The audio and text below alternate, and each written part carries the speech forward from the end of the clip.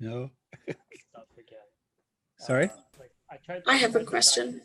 Oh yeah, you have a question. Yes. Okay, so I figured this out last class, but then I forgot it.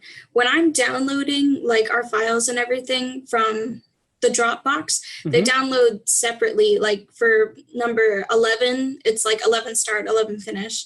And then my styles for 11, like the CSS, that comes up as like a different thing. Is there some way I can merge like the HTML with the CSS? Because I figured that out last class, but then I forgot it. And then I downloaded everything, and now it's all separate again. You mean that the files are separate, or? Yeah. Okay, because I created the HTML files in the main folder, and then for the styles, I have the subfolder here with styles, and in that one are all the styles that I created for you guys. Okay. So, and you want to put the styles in the same folder, or how to connect the styles with the HTML? Yeah, how to connect the styles with the HTMLs. Oh, okay. Because whenever I pull up like just the regular HTML like source code, it's by itself. But if I click on like style for 11 CSS, it says it's not on the local disk. And it has issues. Oh, okay. Okay. So, but in order to connect with the CSS file, you have to put that line here in the head of the document. Right. Okay. And don't forget the type and the relationship, these two. Without these two, it's not working. Yeah. Okay. That makes sense. And then add style. Yeah. Okay, okay. And then you just have to point it to the right folder with the right file. Gotcha. That's what I did. Thank you. Okay. I remember. Yeah, that's linking with CSS files. It's these two extra things have to be there.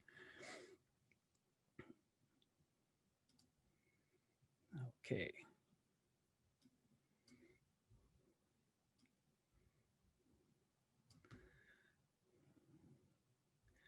Okay, so we have more or less most of you guys.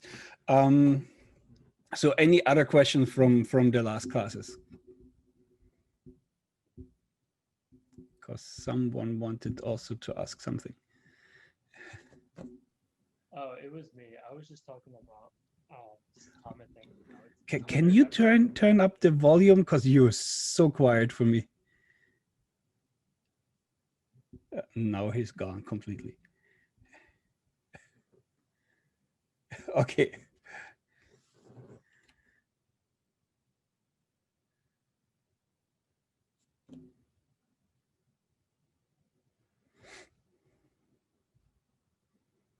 Is it any better now? Oh, awesome.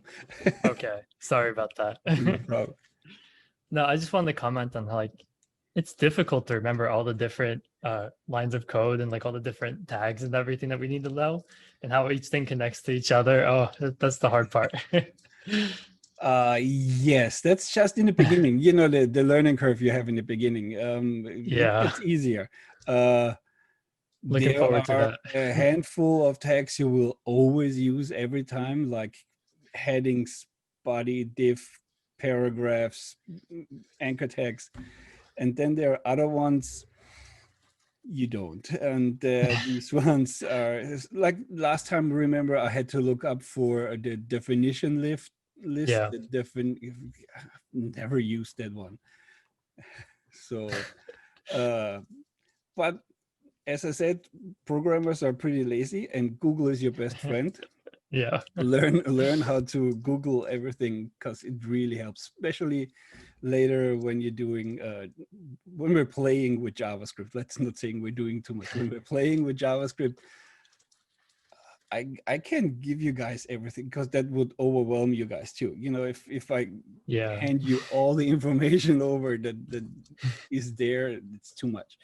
But there's so much online, and it's permanently updated and with examples, and you don't have to invent the wheel every time you write a new program. You just go there and see how someone else invented the wheel and then just put it for yourself. That sounds good to me. Oh yeah, it's and what I also, don't let me guys forget you guys how to show how to write CSS with Dreamweaver, because it really helps in the beginning when you, I'll do it now quick. Here in Dreamweaver on the side here, you have a CSS designer. And if you don't want to have the files library, you have the CSS designer. And let's just pick one file. Okay, and then here you have different, let's make it a little bigger. So here under source, so it's by importance or how globally, and then gets closer and closer to the element you want to go. So first you say source, you want to have the style, which is this one here in the head of our document. Or if you want to write the CSS inside the CSS file that is attached. So that's just this one here. Okay, if you pick one of the two, I can't see here. So you pick one. Let's put the cursor here. Then it selects itself. Then if what we're doing later, if we have different media queries, so we are going for different screen sizes specific, which I didn't show you guys at all so far. You can then select the screen size here, and then here under selector, you say, oh, I want to tackle all heading ones. You select that one here. And then, because I'm not using that anymore, it's kind of, here, make it bigger. Then here you have then the properties, and then if you uncheck the show set, you see all the properties Dreamweaver prepares for you. So you have here 5 different sections. One is for layout, one is for text, one is for borders, one for background, and one for everything else. So you already have the base settings here. We selected heading 1. We can say, let's leave that one here. Let's go to text. Let's pick a different font family. And where did it write that one here? Oh, here. And didn't I say heading 1? It should write the HTML itself if you pick it proper.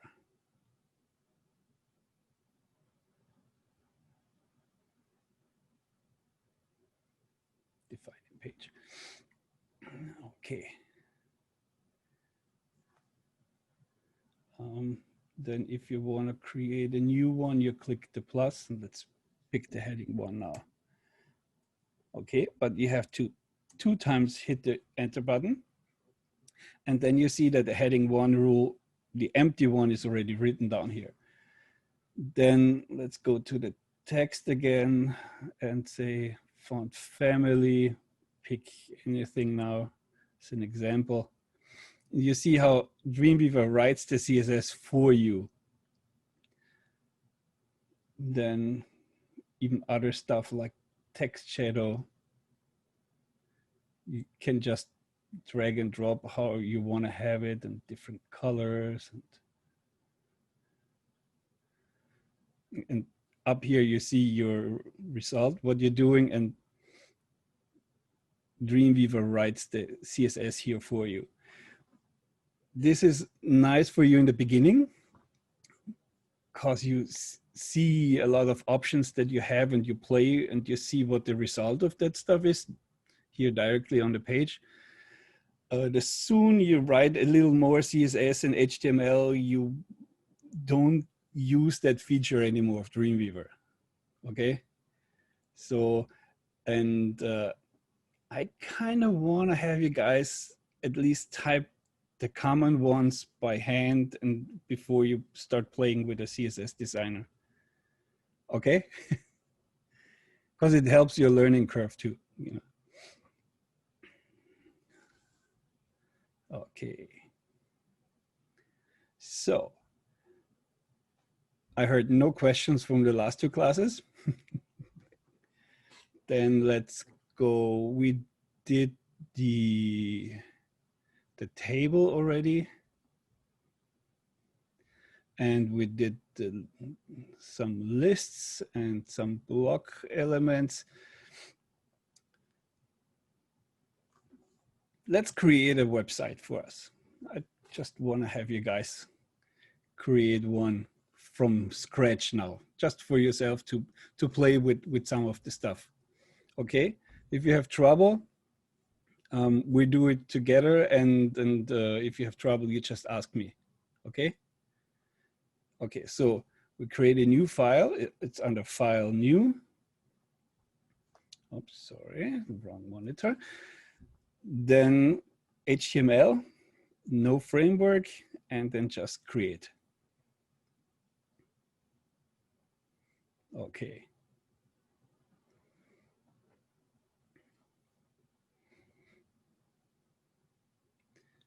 So everyone said, let's save the file immediately so that we have it already in our folder.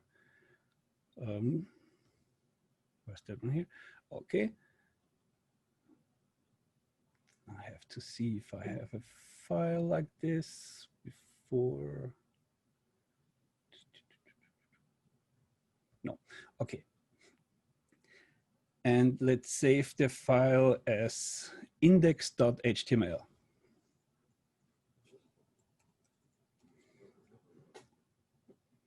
Okay. The first page of your website, so kind of like the landing page or the home page of your website, should always have the name of index.html. This is a very special name that tells the server that this is the page you want to show when you land on the website. Okay. And then let's create a second one as well.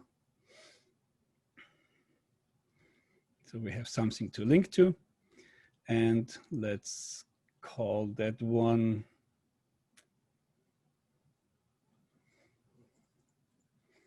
About Us.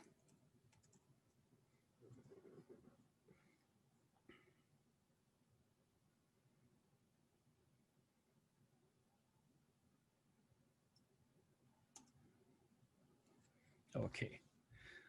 So you guys should have now both files up here. And let's go to the index one and give our page a title. What should we call our website?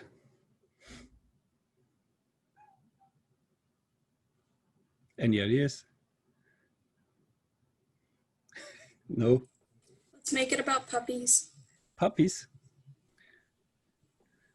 Puppies.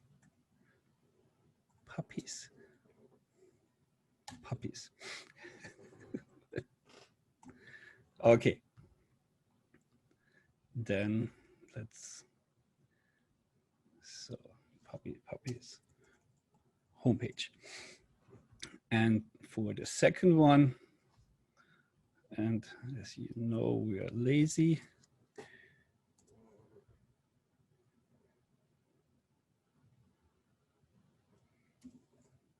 Puppies, about page. Okay. Because you don't want to give every page of your website the same name. Okay.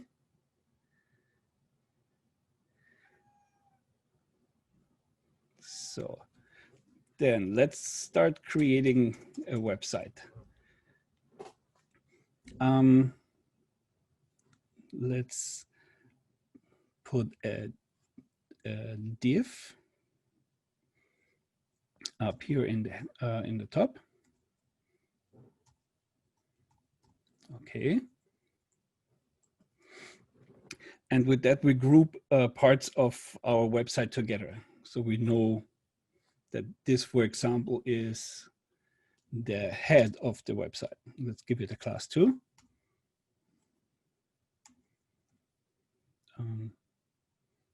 Header. Okay, so all our navigation stuff should be within the header part. So what should we have here? We have a tagline. Let's put that one in a heading 1. Heading 1.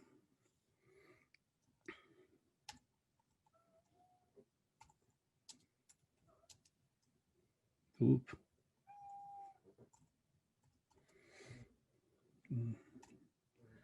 Okay. And then let's do our navigation there too. So for that, we want to have an unordered list. And let's put, we only need two list items there.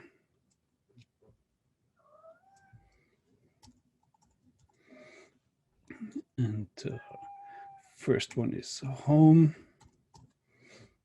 And the second one is about us.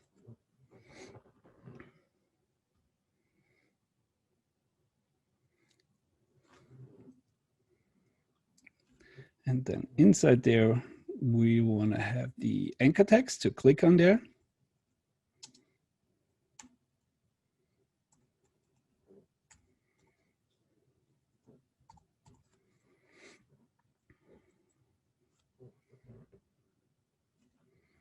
And we also want to close them again.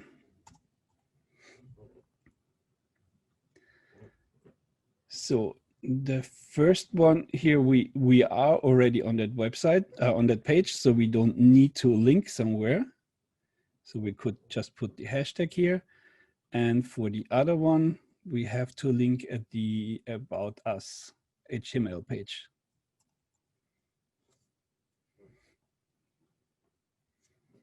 Okay.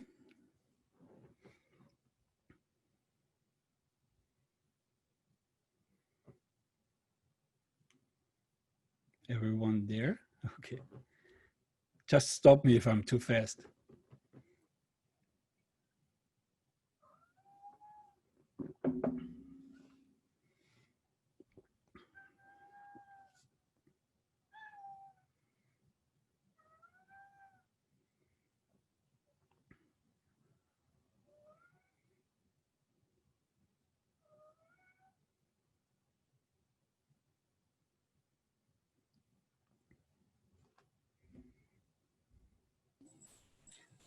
Maybe an idea.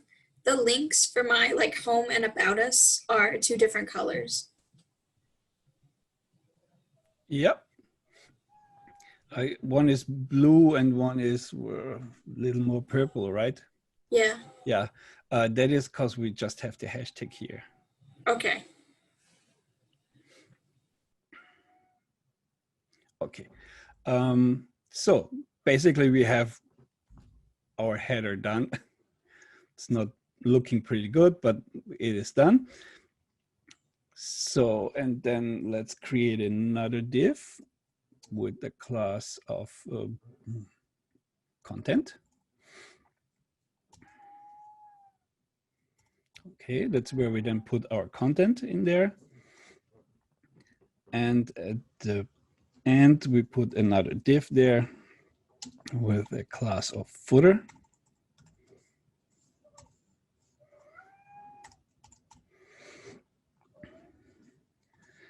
And then in the footer, we put a paragraph. And there we put the copyright sign.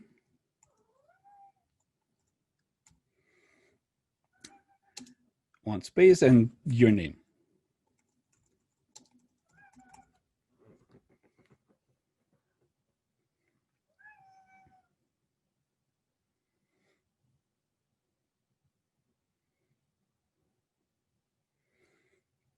And just to showcase for us, let's put a horizontal rule in between the footer and the content, and also the header and the content. Okay, so it's just for us to visualize where the different parts are.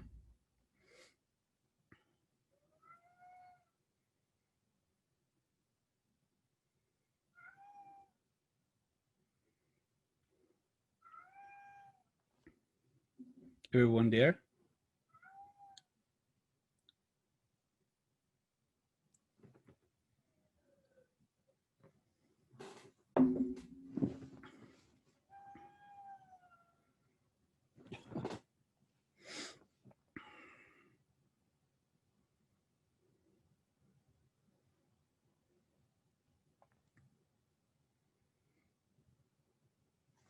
Good? Okay. So what should be the same on every page of your website? Menu. The menu, which in our case, I would say the whole header piece. So the whole heading 1 and the whole navigation, yes. And probably also the footer, right? Okay, so we have nothing in the content, but let's then select everything, what we just wrote, and copy it over to the other file.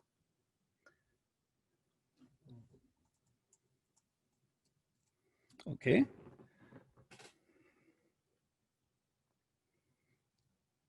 And before we save it, let's change the link for the About Us to the hashtag, and the other one to the index HTML.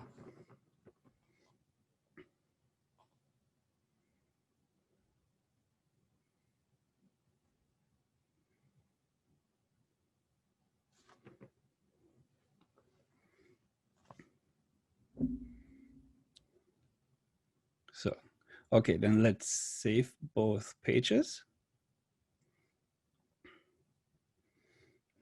And let's put something here in the content. Heading 1 for the home page, let's write home. And for the about page, about us. So just that we have something, that we see that something changing. If you're done with that, let's preview that in Chrome. Where's it coming? Here.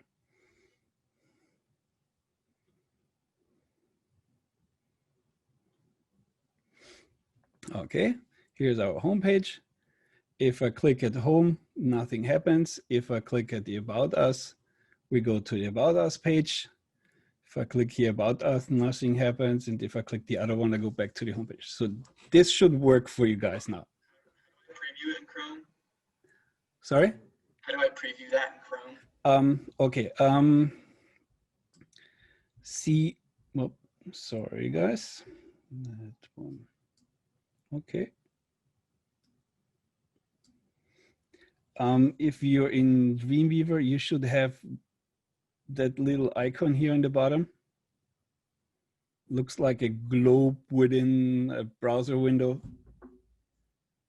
Gotcha, thank you. Okay.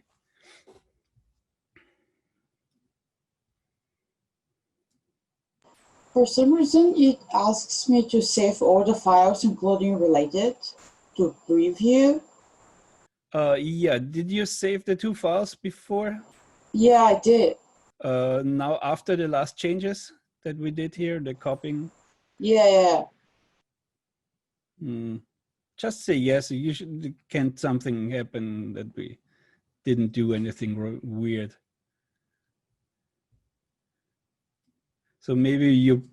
Oh, no, now it works. Yeah, maybe you just click this and put a space bar somewhere and it wants to have it saved before previewing this page.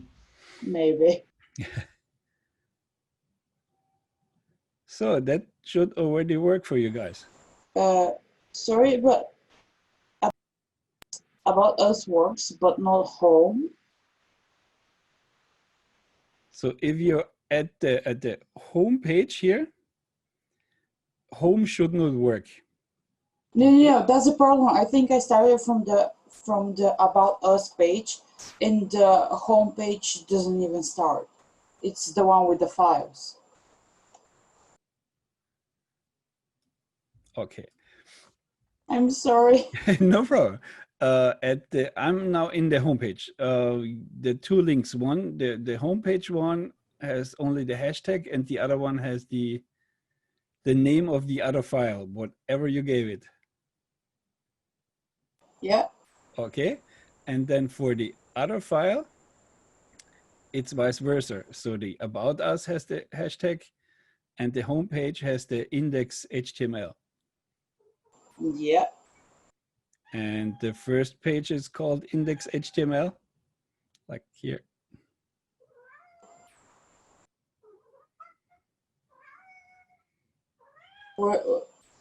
Oh, I see what's the problem. Yeah. All right. Yeah. You save it under a different name. Yeah, exactly. Okay. Okay.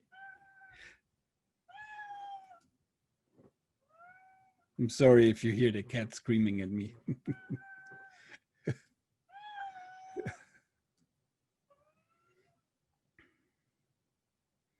Okay, make sure that this works for you, the home and about flip.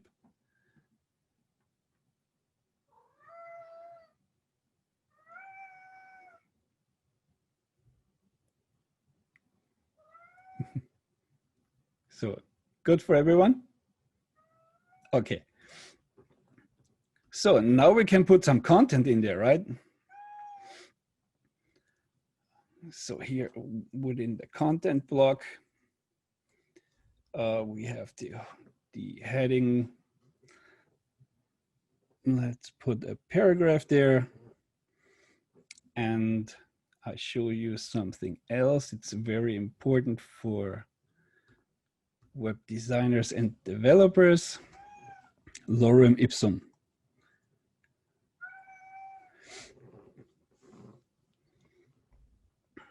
So lorem ipsum generator. It's just dummy text that is created.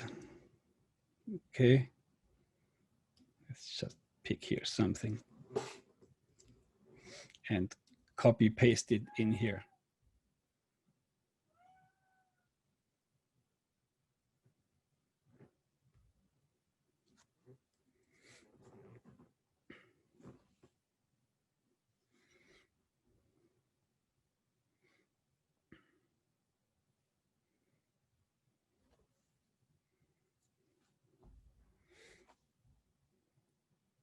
Okay.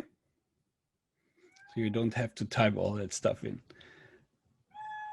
And let's put something else here for the About Us.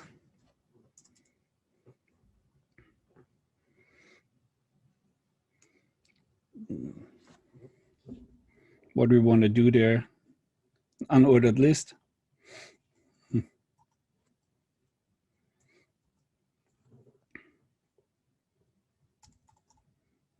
Oops.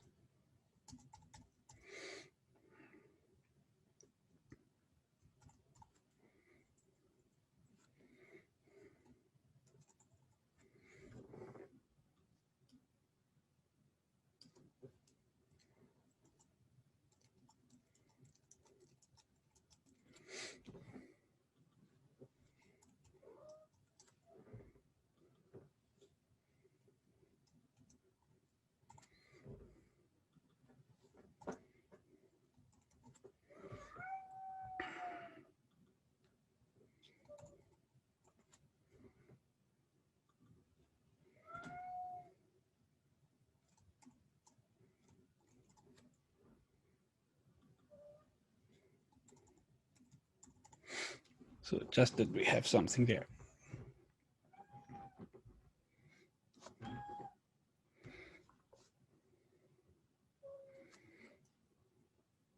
So let's save them both pages again. And then let's style this a little bit. So let's create a new file. Okay, this time we're creating a CSS file. Okay.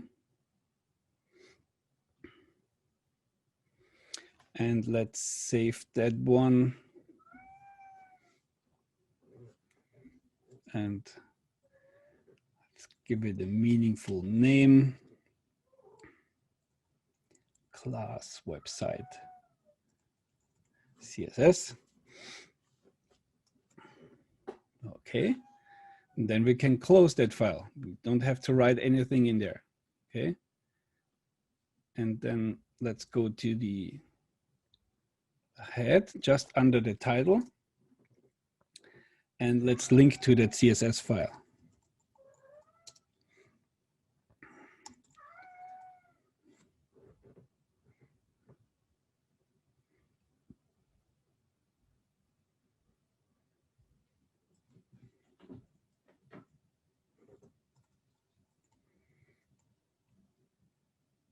What did I call it? Class website.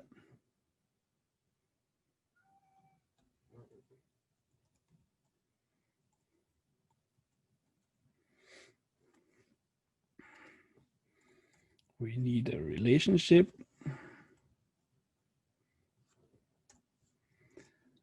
And then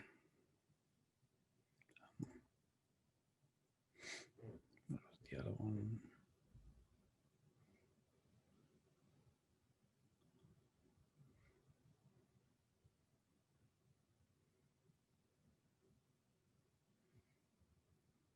Type.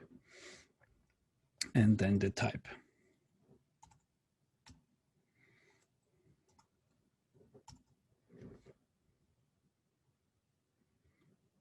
Okay. Okay. And if that one's working, we can copy the whole line over to the other one.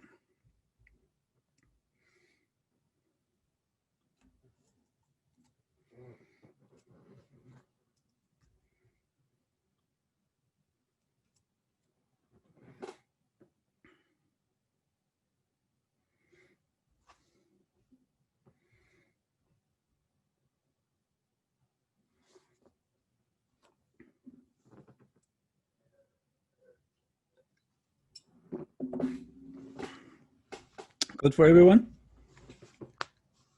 Okay. So now we can use the power of CSS to style both pages with only one CSS file. So we only have to write the rules once that are the same for both pages. Okay. So we can go and tackle the class of header.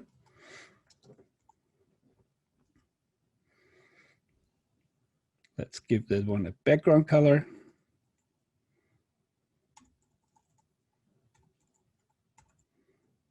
Oh.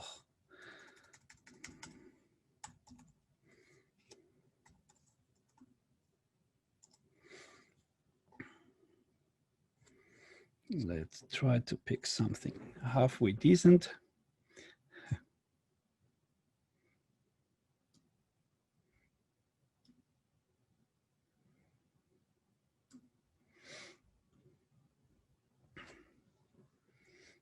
Okay. So our div has a background. Now we see that by default, we're having a little bit of padding and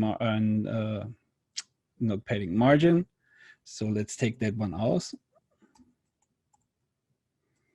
Margin 0. Oh, that one's even on the body.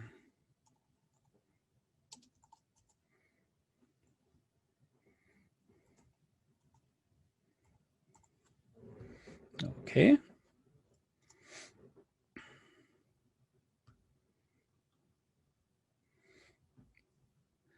Then we have to give something. So not that we have to give some padding back.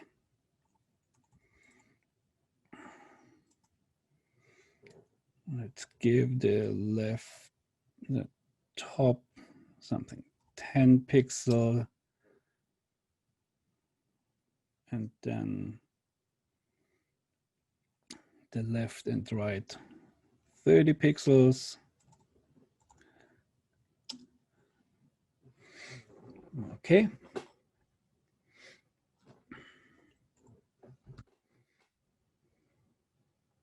Looks already a little better. Then we're having a heading 1 inside of the header.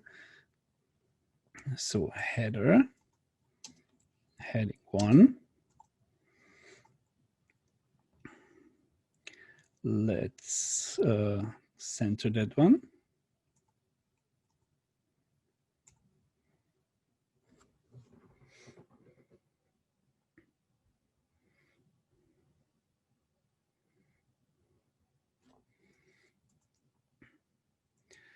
And then we have the unordered list that we have in navigation.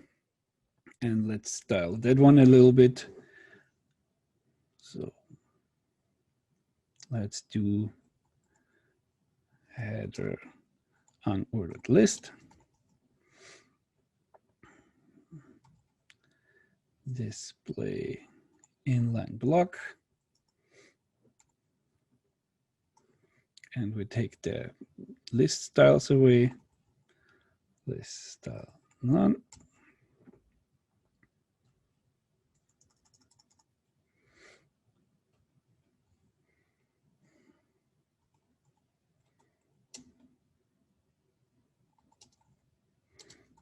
Then for the list items, let's make them float.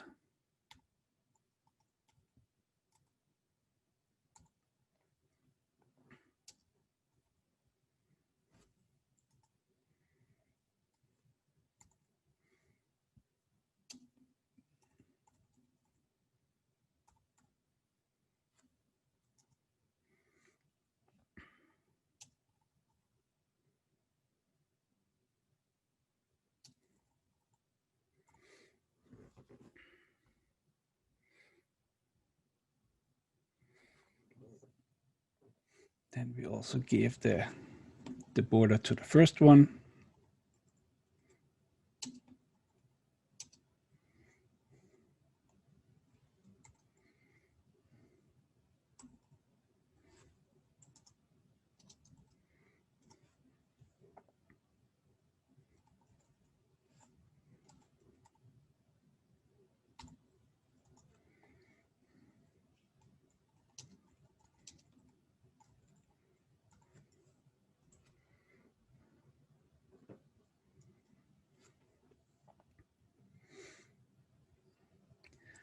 Then let's give some style to our anchor tags in there.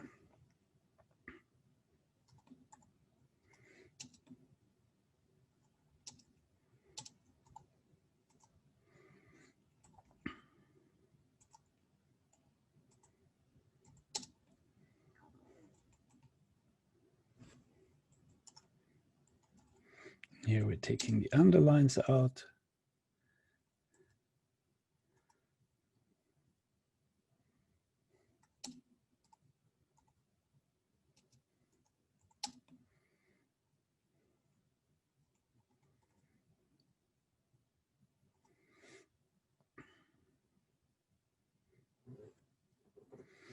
And let's give it a color.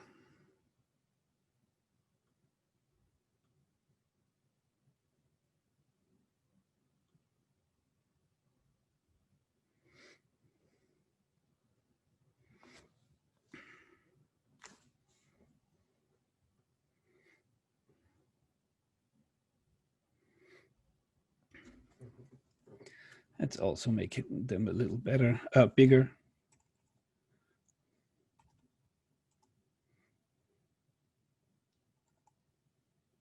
It's too big.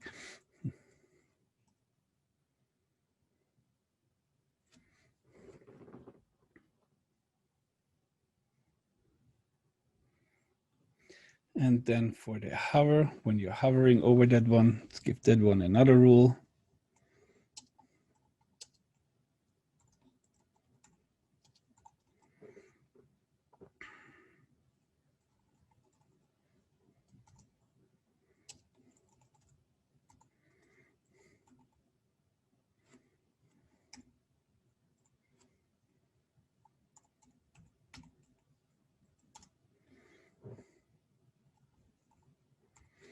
Let's see how that looks. Okay.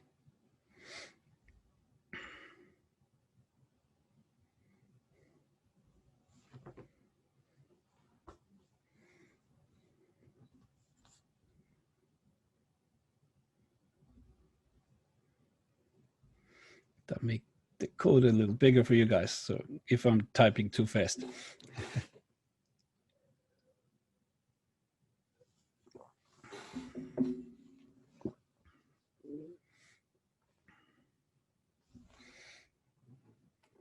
Let's make it pretty too.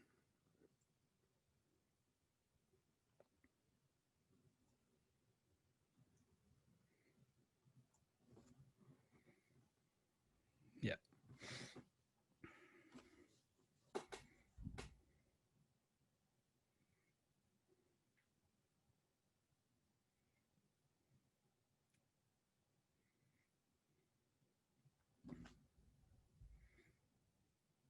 Everyone there? Yeah? Not yet. Okay.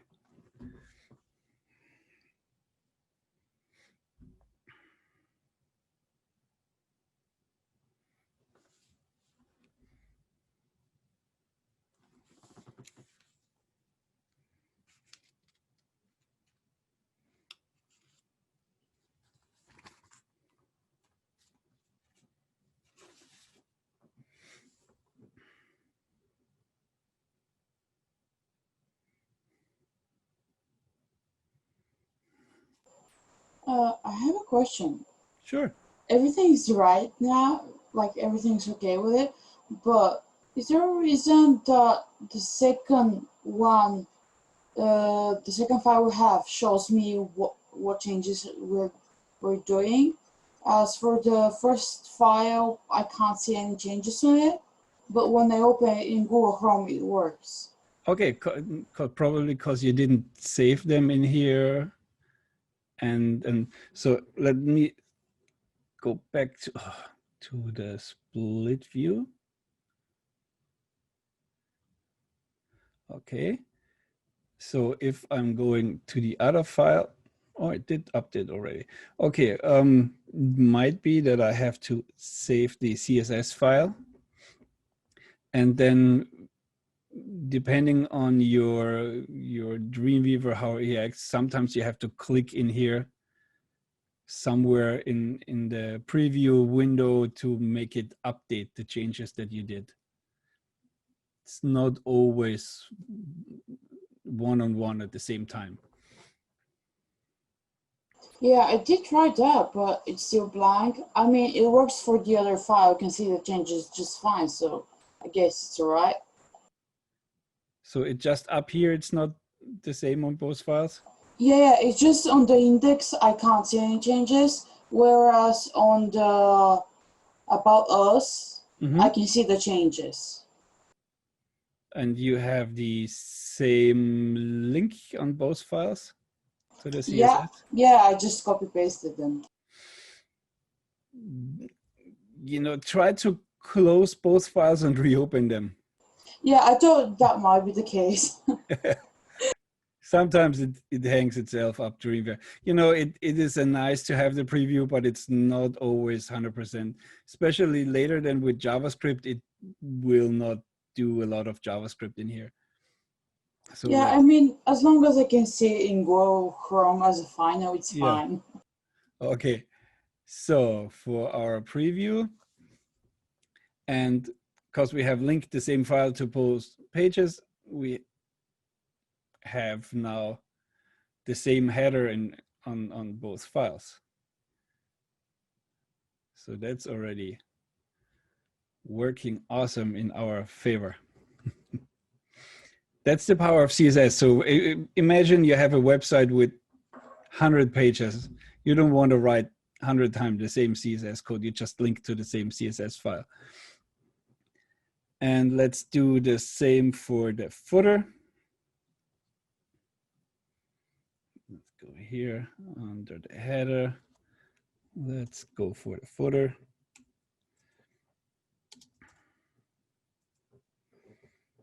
Let's give that one the same background color.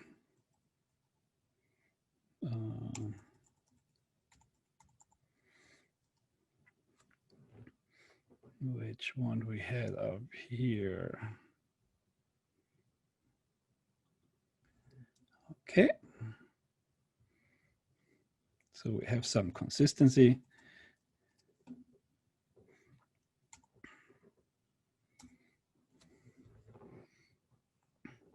And let's give the footer a height.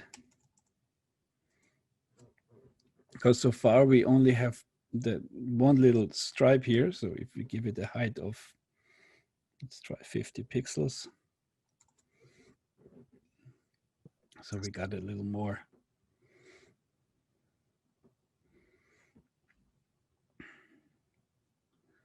Okay. And now in the footer, we have a paragraph.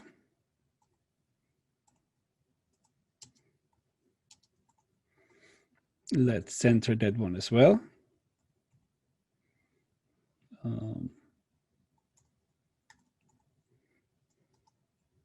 Text align center. And then let's give it a line height of 50 pixels.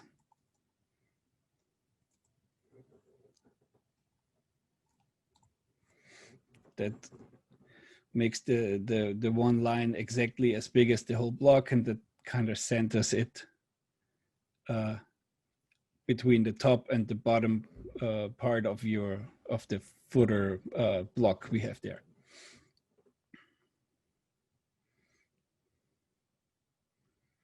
Okay. And that should then also be on the second file.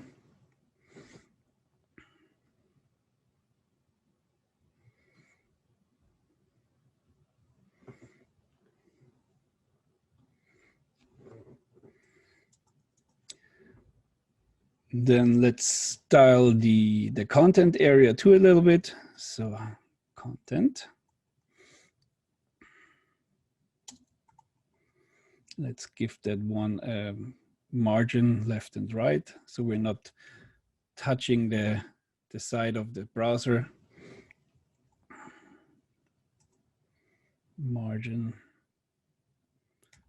0 and what are we giving here? 50 pixels like the other one. Okay. So now we have 50 pixels space here and 50 pixels on that side here.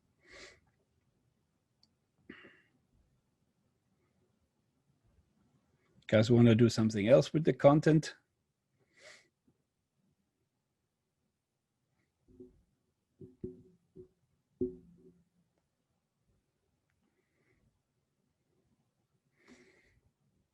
Okay, let's make the font a little bit bigger for the paragraph in there.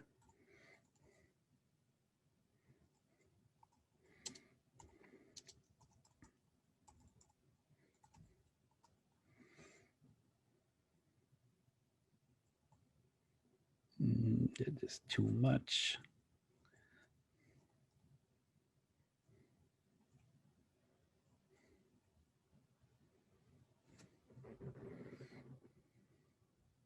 Okay.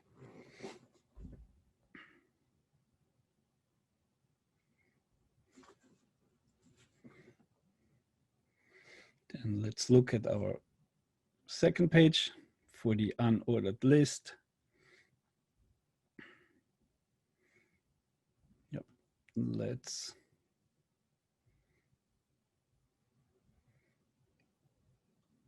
what should we do with the unordered list?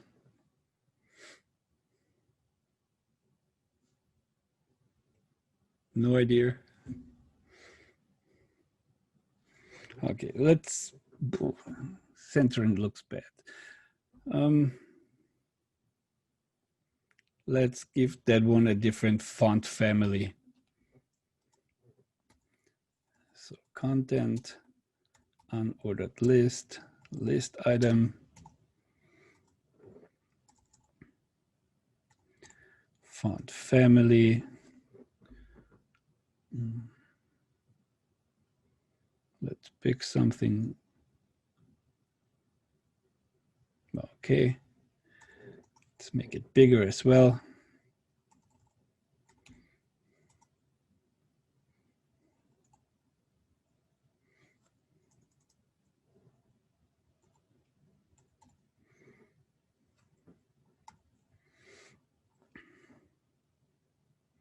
And let's make it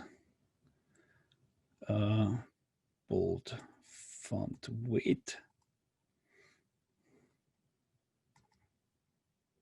Yeah.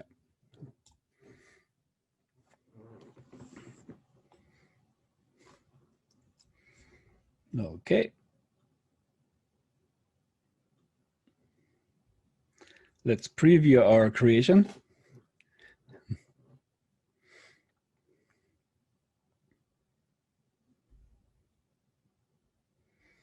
Okay.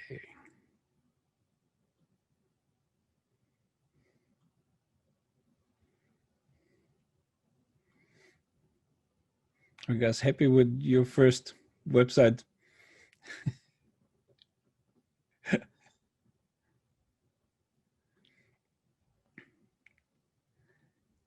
So you guys understood what we did here all, right? So now it's the time to ask me if something's still unclear. Okay.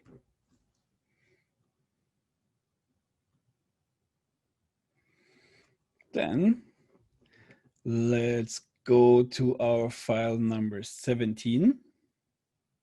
And let's pick the start one. And this, as the page says, it's our book order form. So we're making a form in here. I show you what we're putting all in here. So,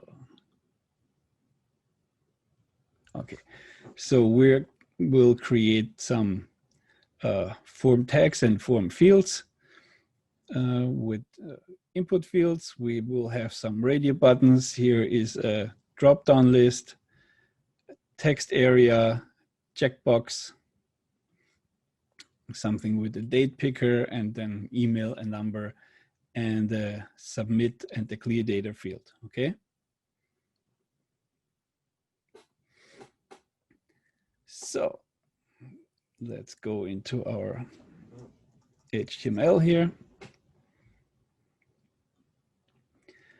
In order to create a form on the website, you will probably guess it, you need a form tag. Okay, let's put one down here and close it. So, and everything you want to have in your form should be between these two tags. Same like within the table or anything else you want to have, or list items. So for the form tag, there are two very important attributes, okay? The one is the action attribute. Okay, that tells the browser where to send the information. Okay, if I would say here, form eval.php or something, it would send it to a PHP file that then evaluates the information before it puts it into a database or something. So this is where you write the file that you want to send the information to. Okay. We're not sending it somewhere, so we don't have to put it in right now. And then the second one is the method. Okay. Oops, here. Method. And then there are two ways you can send information. And most of the time you will use the post method, this here, post. This is where the information gets sent to the file you create with the, you point to in the action. I don't want to say encrypted, but not visible, okay? On the other side, if you use the get method, you will send all the form information really publicly. So as an example, if you go to Google and you Google something, whatever, cats, you see here search question mark Q equals and then whatever information Google writes in there. Okay, this is Google search is done with the get method because they want to have your search criteria up here in the URL so you can bookmark your search. Okay, it's cool if you want to bookmark a page or something else that you're looking for, but it's really not cool if you have login data or something. You don't want to have that publicly up there. That's why you only have for searches like this, you use the get method, and for other more sensitive data, you use the post method. Oops. Okay.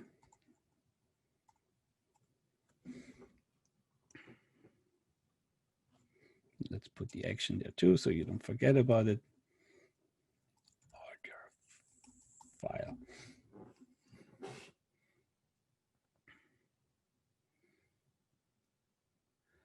Okay. We could actually open an email program if we want and send the information to us. So for that, you would put here mail to. This is the keyword for the browser to know that it should open the email program the user has on this machine. So mail to, and then your URL you want to send the information to, me@me.com. Okay. And now let's start making some fields.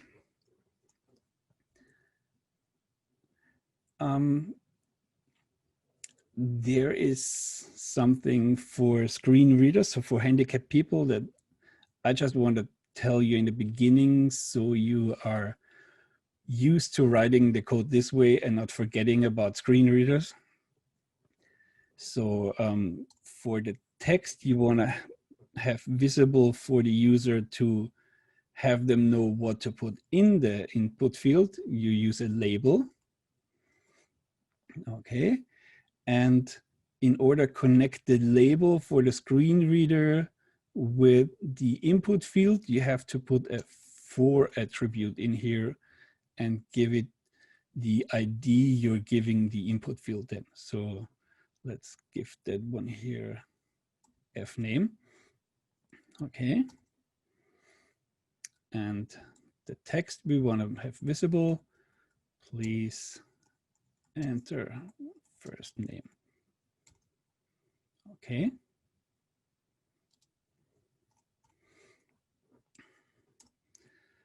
And now we have to create the input field. And this will be a text field. So we have the type of text.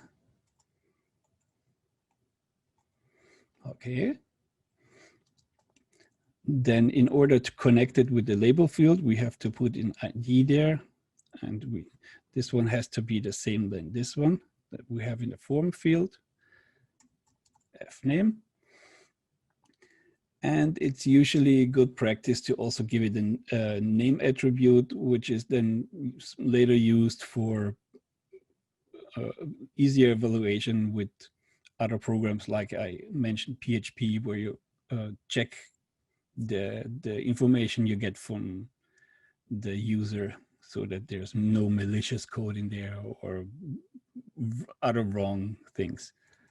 So name, and I always call it the same too, so that you only have to remember one. Okay, so and up here you see the label and then the input field. And the input field is another one of these single tag, self-closing tags, okay? There is no closing label tag. Okay, then let's put a break there, a BR, it's a line break. And let's do the same for the address field.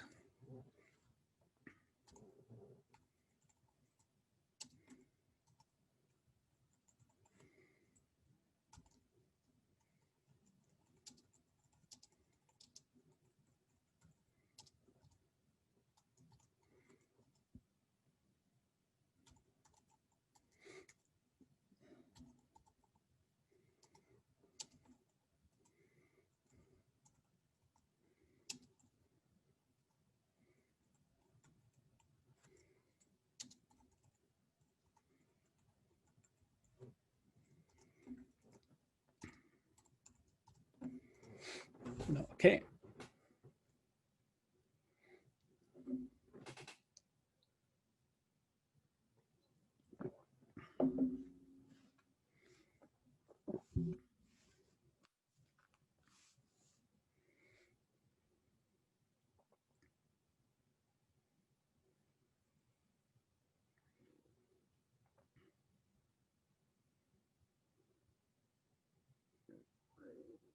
Everyone good? Just to keep in training, let's put a city field there too.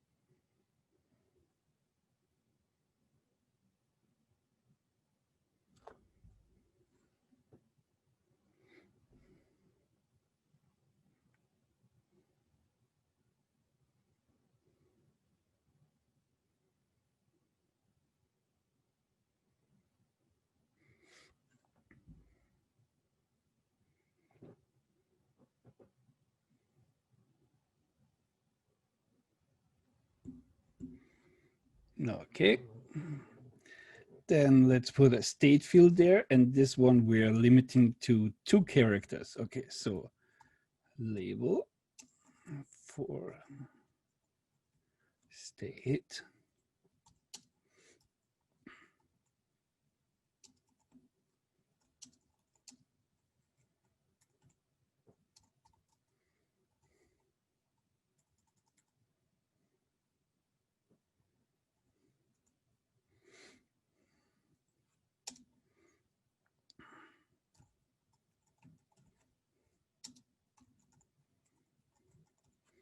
Okay, and that is done with another attribute, which is called max length.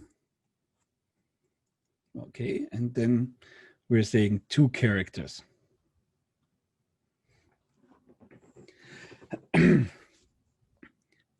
You don't see a change to the input field here, but if you preview,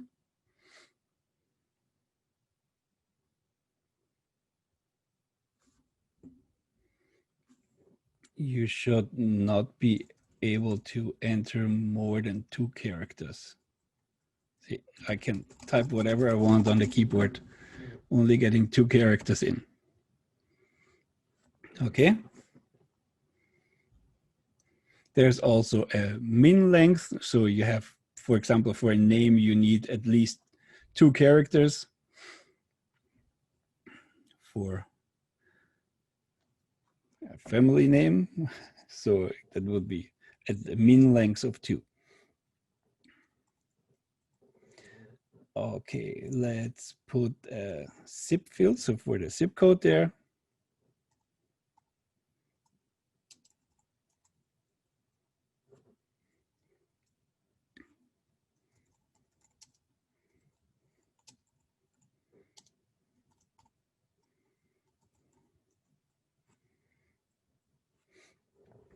And for zip code, I usually also use a text field, because some people write the zip code with the minus sign in between if they have the really long ones.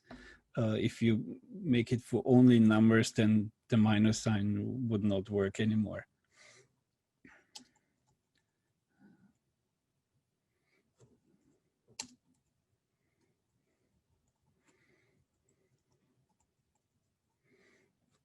Okay. Then radio buttons, the next one.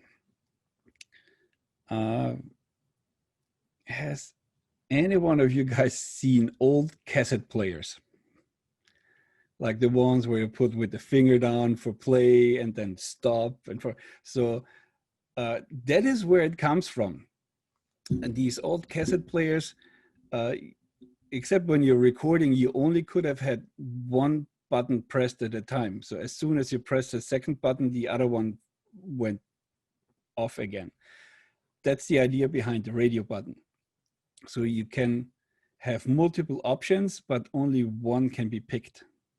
So let's say gender. You know, if you get a gender question, you can have multiple answers, but you cannot be 2 genders at the same time. You know, you have to pick one or the other. So that's behind the radio buttons. Okay, and radio, that is achieved with them having the same name, like that field here. Okay, so let's create 3 radio buttons. It's also an input field, and with this time with the type of radio. Okay, the name we're putting here, let's say gender. And then if you're sending it to your script that evaluates the form, you have to put a value in there too. Otherwise, you don't know which button was pressed. So put the value attribute there. And let's give the first one a male. And usually you have one of them checked, okay? So checked with an attribute of checked. That means when the page loads, one is already selected, okay? You shouldn't have 2 checked ones in the same radio button block, because that doesn't make sense. You don't get an error, but I think it's only the last one that shows up then being selected. Okay, let's write male, and then let's have a line break. Okay. Then let's do the same for female.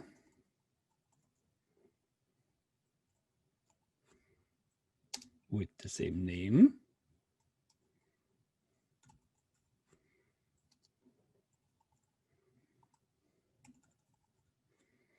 And this one is not checked.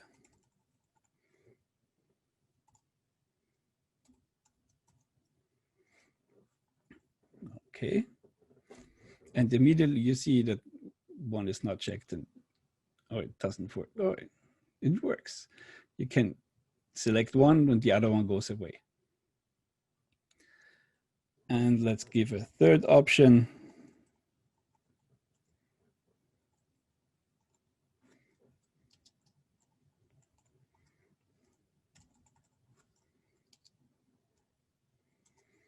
Let's call this other.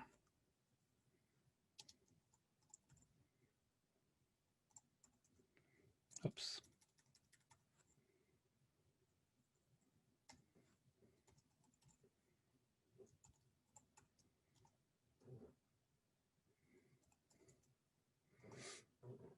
Okay.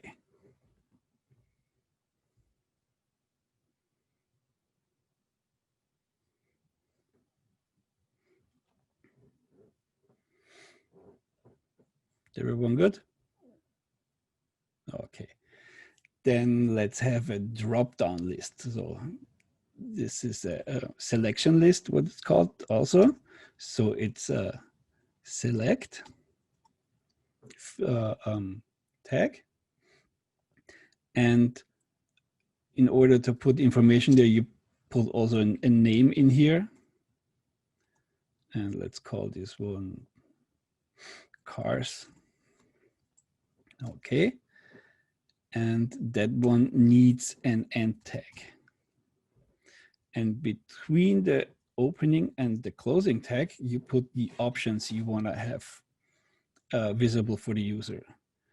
So these ones are in option tags. Okay.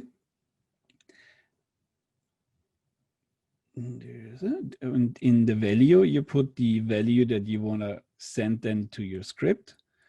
Let's put here one car.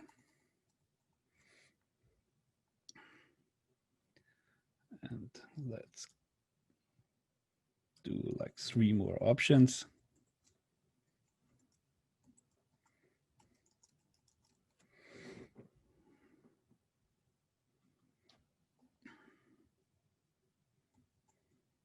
Oops.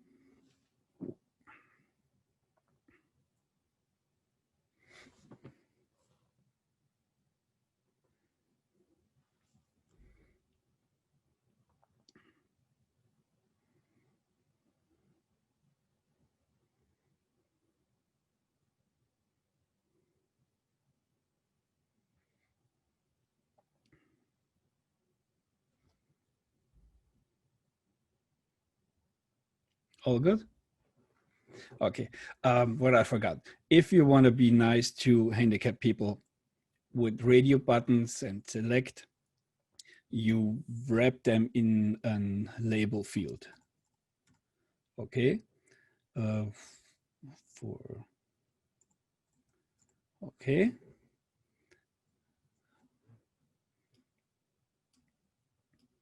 So you wrap the whole thing in there and then put also, yeah, it's this time it's then the name here, not the ID, which it is linking to, okay? And the same for the selection here. You put a label around the selection.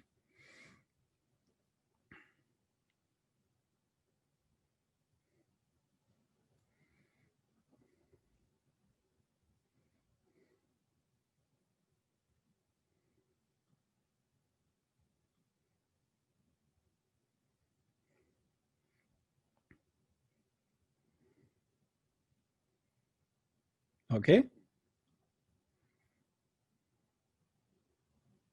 Okay. So then let's go to the next different form field. It is a checkbox. And the checkbox is with the, let's put a label around to be nice. Okay. Let's call that one check. And you also want to do the trick with wrapping the label around the checkbox for checkboxes. Okay. And inside here, we put the input field. And this type is checkbox. With the ID of check and the name of check.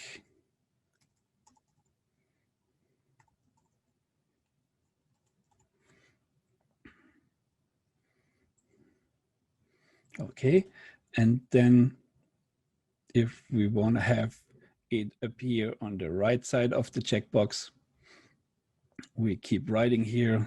Usually it's nice to have a spacebar first. Do you want to subscribe?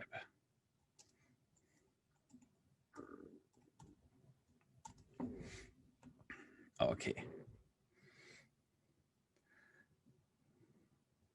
And the tricky way to get more subscriptions is to pre-check it, so that the user has to physically uncheck to not being in the list.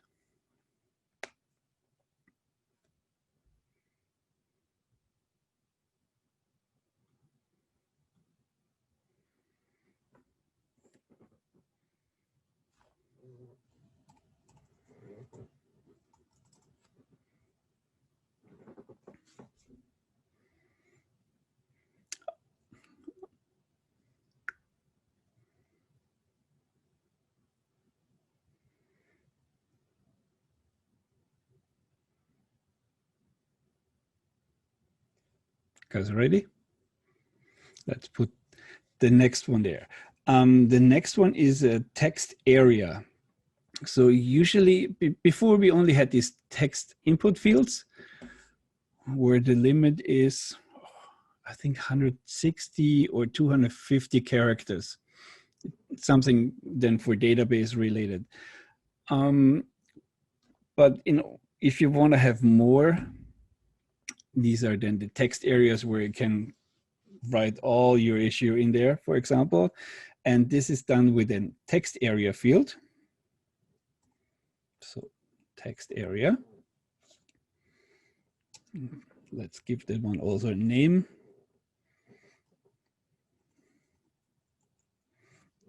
And then ID.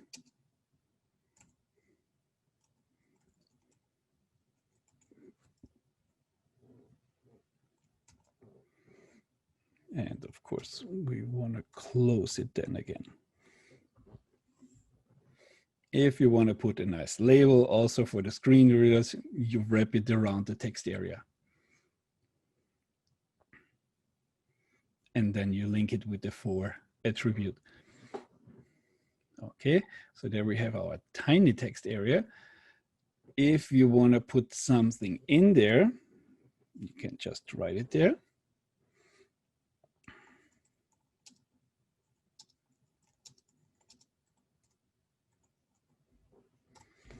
Okay, but that one looks very tiny, and if we want to have it bigger, we can do that with attributes in the text area tag. And this is not done with width and height. This one is done with rows and columns. So let's put rows there. Let's give us 10 rows. And for columns,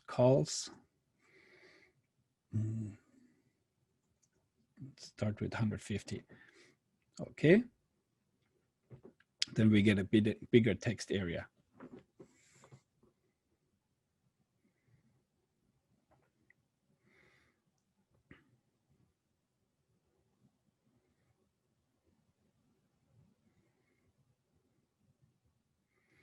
So if you put the, tell us about your date here between the text area fields, if the user clicks in, let's preview that in the browser.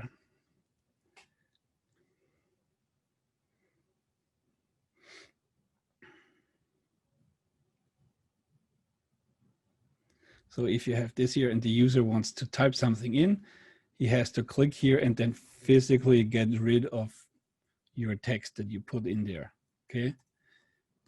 This is a little bit annoying. Another way of putting that in here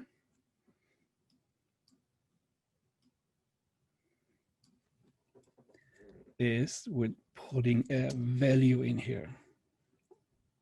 Or, you know, no, or not for that. What was the other one? Not putting that one very often up either. Oh, placeholder, that's why. So here, placeholder, and then you put it in here.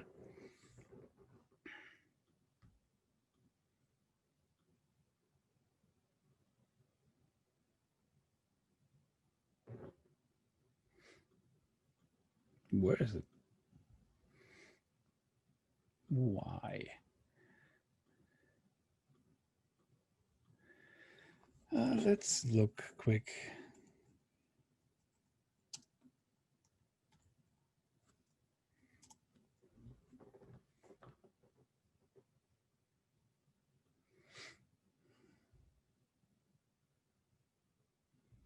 Yeah.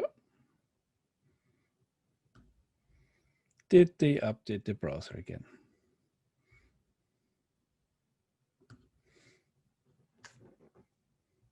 That's how we did it, and that's how it should look like. But it's not doing it. Yeah. So this should work and put text in here, and when you then click into the field, it should disappear. Okay. Like you can also do that with, let's go for the first one.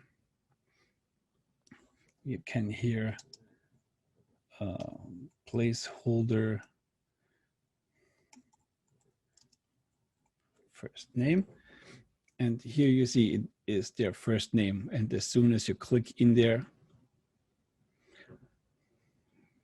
I'm sorry, Dreamweaver does not want to preview stuff easy.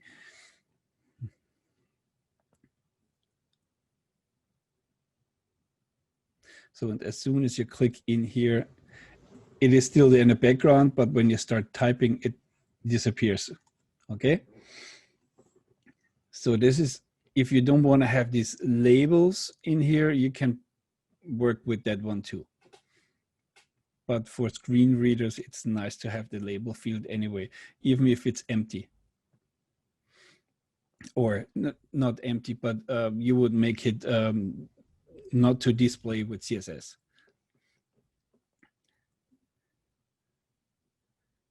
And it should work the same way with the text area. I'm sorry.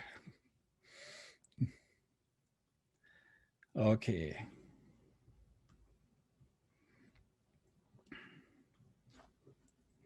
Let's put another line break here. Then you can also have date fields.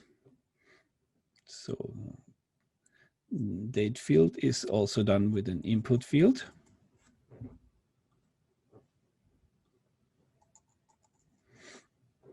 With an type of date.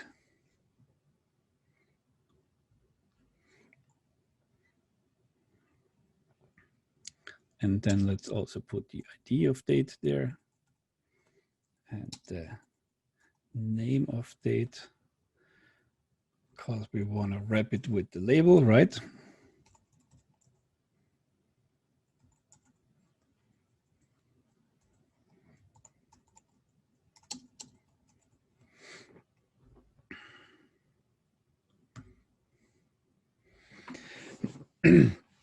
And now if we preview that here,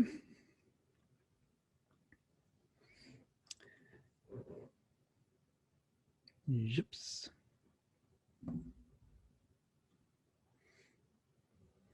We have our date picker here. This one will look a little different depending on in which browser you are. So every browser has its own way of displaying this date picker and time picker and other picking fields. But if you click in here, you get the preview, and then you just select something and it's being updated in there. Okay.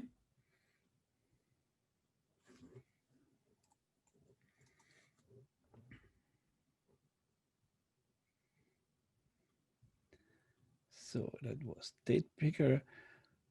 Then there is also a field for email input.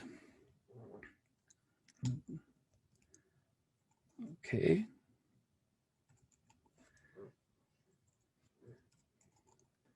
Okay, this is for screen readers.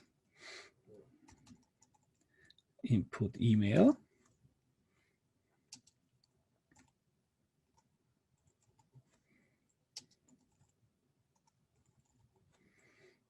Okay.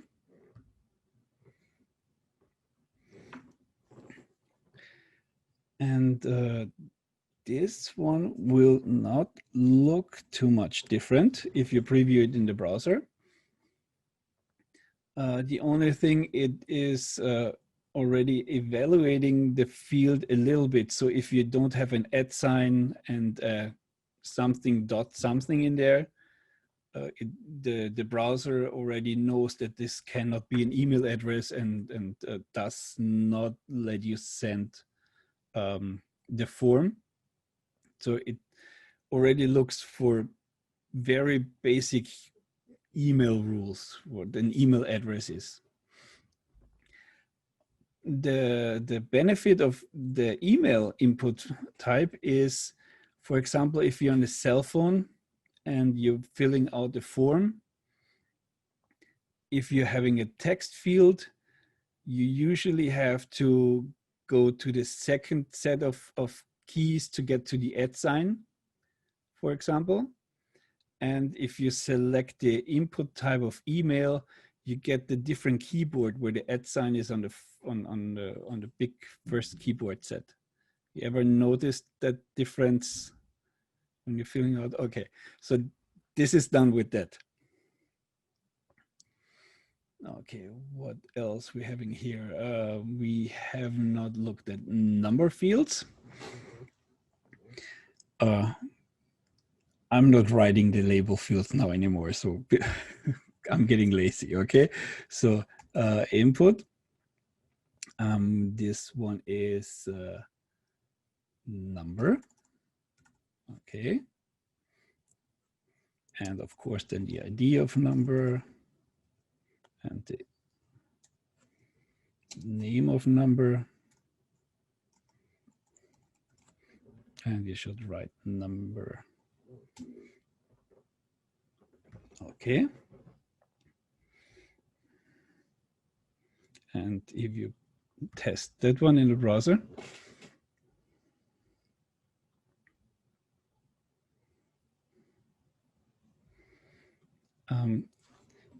you cannot write letters in here, only numbers. So you can try it. Cannot write ABC or something, only numbers. So it's another way of where the browser evaluates stuff for you.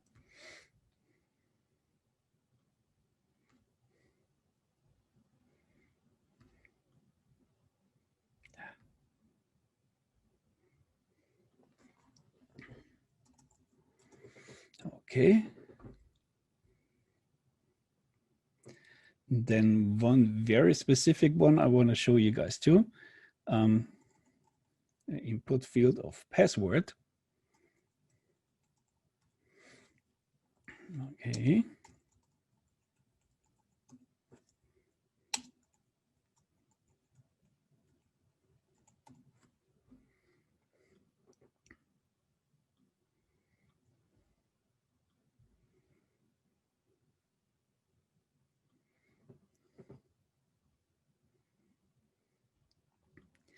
And that one is the input fields where you don't see the characters. You just see the dots.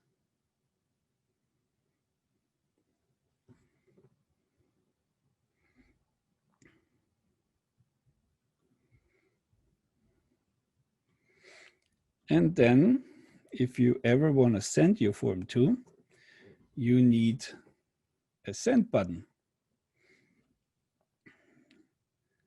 So this one is a submit button, and it's also an input field with the type of submit. And with that alone, we have a submit button here. Let's put another break here. Okay. And if you want to write something else in here, you put value.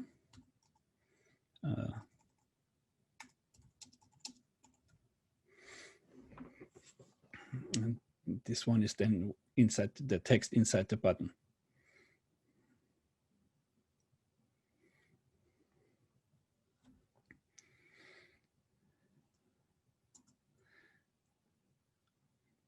And sometimes you also see a reset button, which is done the same way with the type of reset.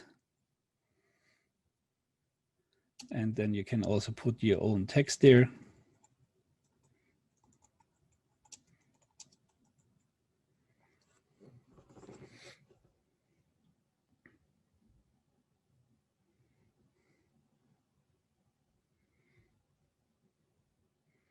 Okay.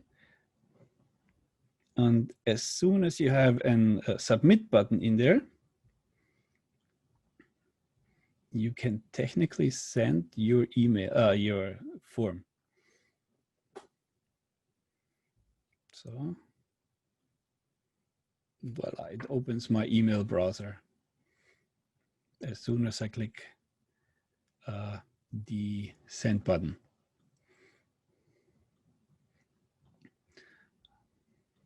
Okay.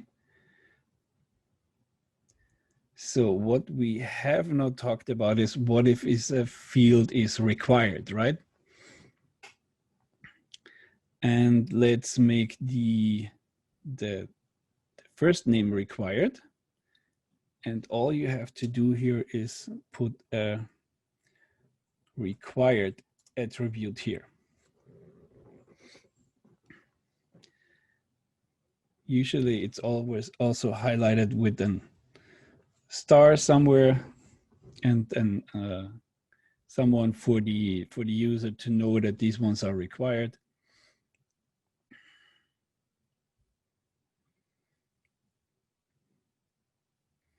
And now if I try to send, it warns me that this field has to be filled out.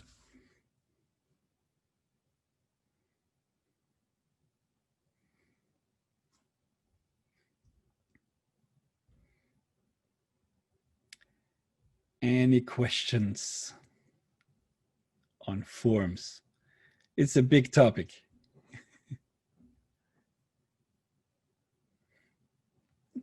And we're not in styling, we're just in writing the HTML for it. Any questions? No?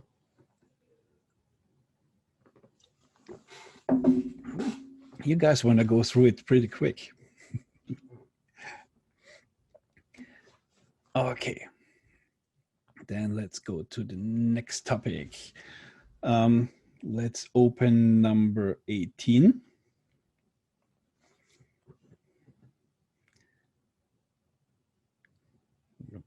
And this is where we put a little JavaScript in our website. Okay. There are nowadays 3 ways to put it in there. You could usually you put it on the bottom of your page just before the closing body tag. So this here with a script tag and a source to wherever you're JavaScript file is located. And then you close the script, okay? Nothing is between in here. You just have, in the opening tag, you have the source attribute with the pointing to the location of your JavaScript file. Okay, this is if you have an external JavaScript file. Then you can put something within the script tag. So you just have an opening script tag and the closing script tag, and in between you write your JavaScript. Usually this one is also more often located at the bottom of your page, because if your JavaScript, okay, so technically you can move the whole script thing here also into the body before the first heading or into the head of the document, okay? But if something in your code is looking for some element in your HTML, okay, then it's not working anymore. You get an error. So imagine our script tag is in here, okay? And here we have our JavaScript. Okay, whatever we write there. Remember I told you guys how the browser reads a website. So it goes from top to bottom, line by line. So, and if there is a script with JavaScript in it, it goes, oh, there's a script, and then it goes line by line through the script. Script is done, but then the script is already at something pointing that is down here in the body, which is not being created in the browser at this moment. So the browser then says, I don't know what you're talking about. You know, we don't have a body element or whatever else you're looking for. So there are then other ways where you can do that. But usually scripts are at the bottom of the page before the closing of the body tag. Or then with HTML2, we can put an attribute in here, the fur, for example, which says, okay, get the file, but open it and download it while you render the rest of the page, but open it at the end, okay? I will show you guys some examples of that later when we are going towards JavaScript, okay? Or this the second way, and then you can also put some JavaScript, like here's a little piece of JavaScript, is within the tag, okay? This is, for something simple like this, it's sometimes done too, but usually it's done with the query selector, which you will learn about later in our JavaScript section. So here we are having a plain website. We have a heading 1, we have a paragraph with an ID of demo, and then we have a button. And then it says, whenever you click on the button, go to my function and execute that JavaScript my function. And in that function, it says, go to the document, look for the element with the ID of demo, so the paragraph, and then change the text inside that element to paragraph changed, from paragraph to paragraph changed. So to see that in action.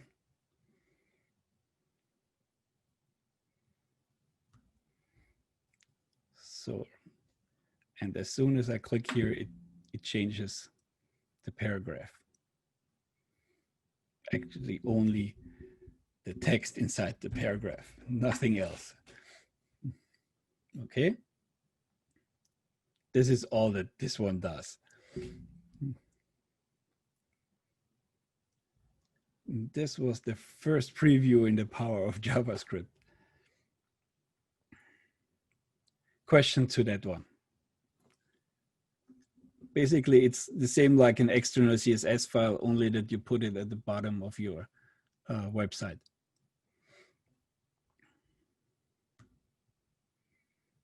Okay. Let's open the number 19, where we go to Multimedia Elements.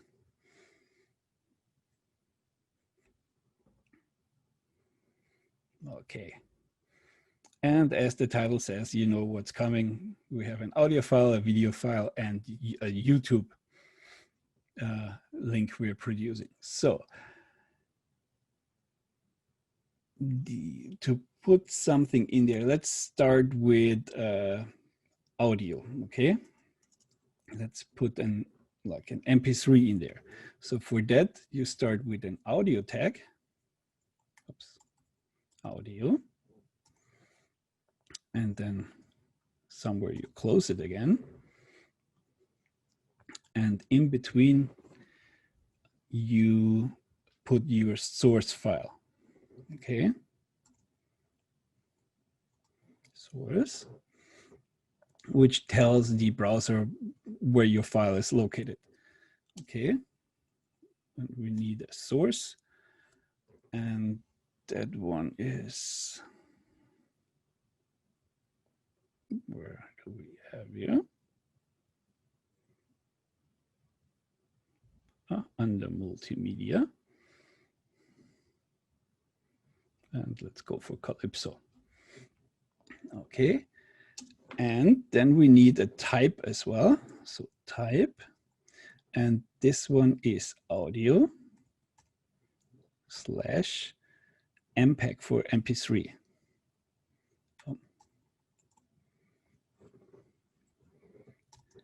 And the source tag is also a self-closing one, so we don't need anything else. And if we want to be put and text there for old browsers who don't support the audio tag, we can put some extra text here, like your browser is too old. Okay.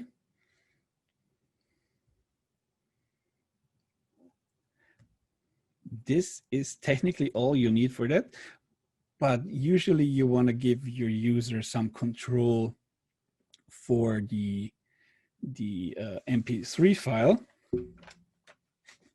And this is done with a control tag.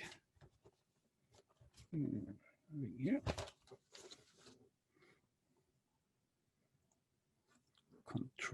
Controls attribute, sorry. And that displays here something. So let's preview that in the browser. And as well, this one will be displayed different in different browsers because they don't are all the same. And you see the timeline here, where you are, how loud you want to have it, extra fields, and your sound file. Okay, that's how easy it is to put an sound file there. There are other options. Let me get them quick. Here, other attributes you can put in here. You can do something very annoying. Let's say autoplay. As soon as the page loads, music hammers into the room from your machine. That's what everyone loves. You can mute it, and then the user has to unmute it. Then you can loop it, so it's in an endless loop till someone gets crazy. Or you can, which is done for very big files, it's more done for videos, where you can have a preload. Okay, preload. This basically tells the browser for if you're loading the page and the audio file is not within the visible space, or the visible space of your website plus 50% of your website of your page size that you see in the browser. If it's below that, then you can have preload where it loads already the file before you scroll down and get to it. So it doesn't start loading when you click on play. When you're there, it starts loading before, so you don't have the delay time. Okay. But the important one are the controls. So that was audio. Let's do video. Yes. I have a question. If we put the audio on loop and remove the controls, will it play constantly like a background music? Yes, but it should also be yeah, autoplay and loop, and you take the controls away.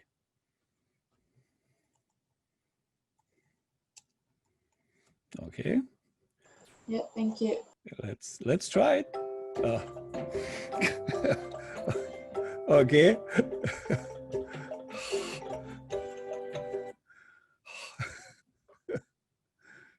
That's the beauty.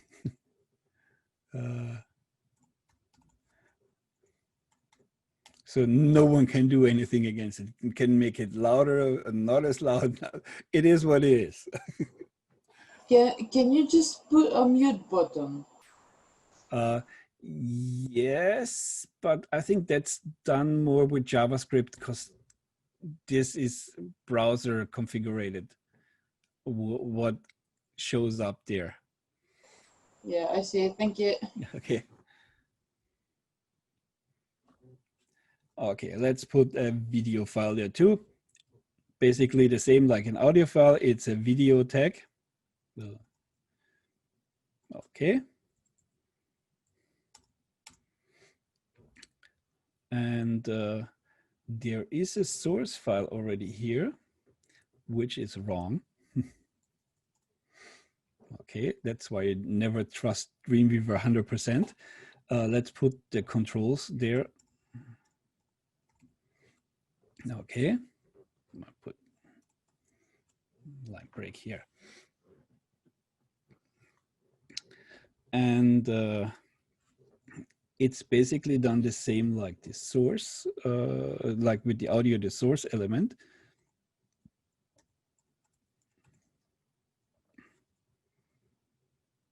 Okay, and this is where the source attribute is in.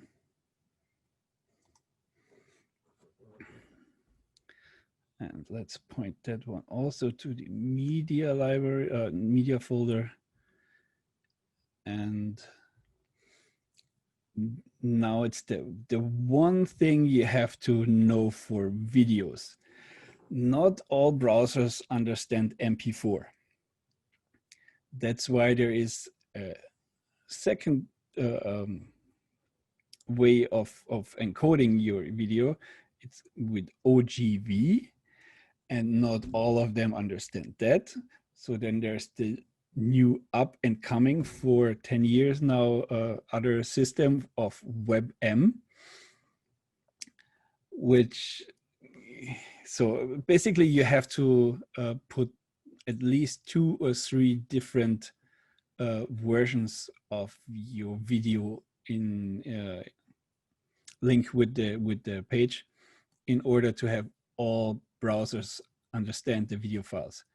So MP4 is pretty good, but I think Opera or Firefox did not understand MP4 at least a year or 2 years ago. I don't know about the latest updates, but they understood OGV and WebM, but Safari did not understand MP4, OGV, but MP4, you know, every browser has its own standards. So let's start with MP4. And of course, we need also a type there. And for MP4, it's video / MP4. Okay. Then let's do the next source. And this one we do OGV.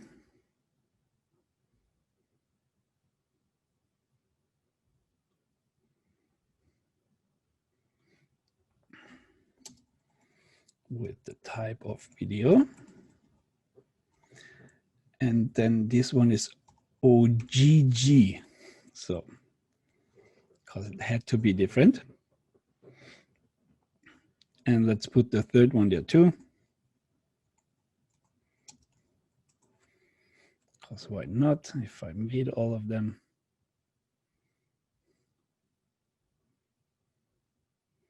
And this one is WebM. Type, video, WebM. Okay, so basically you gave your browser the video tag within the controls and then 3 different options of the same video in different file formats, and he picks the one that he prefers. You can also put here fallback text.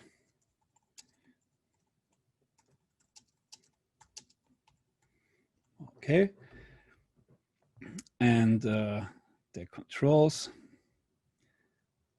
Let's preview that one in the browser so far.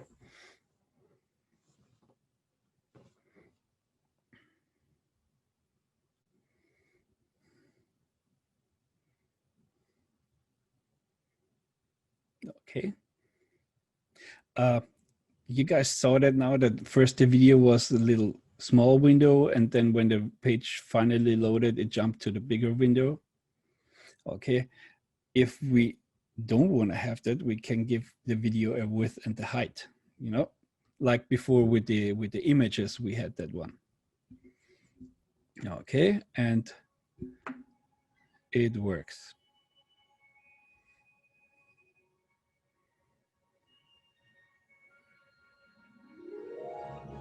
Yeah, don't have to watch the whole, you can watch it on your own. Okay, so the same attributes we can put here: controls, autoplay, mute, loop, preload, and then there's one extra one is poster. So you can put a poster up there to show something different before you start hitting the play button.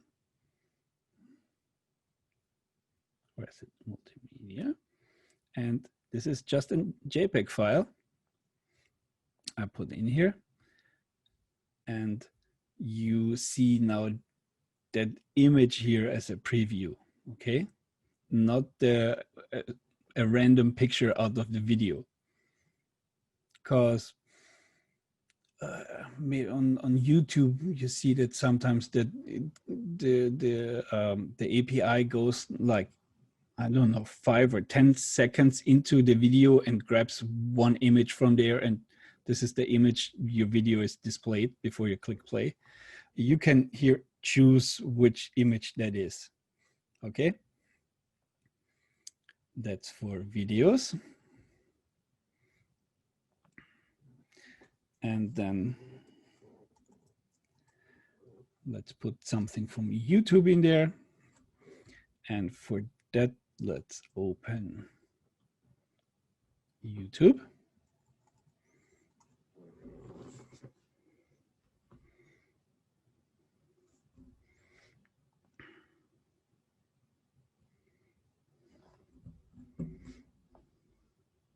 Yeah, let's pick that one. Okay, so I'm sorry this one is in German, but it's the same for English. So here is share. Okay, so you click on share, you want to share it, and then you want to say embed. Like this. And then here you get an iframe code. And here can say where it should start and some extra options you can put in here. But basically all you need is to select all that code here and copy it and paste it on your website. Okay.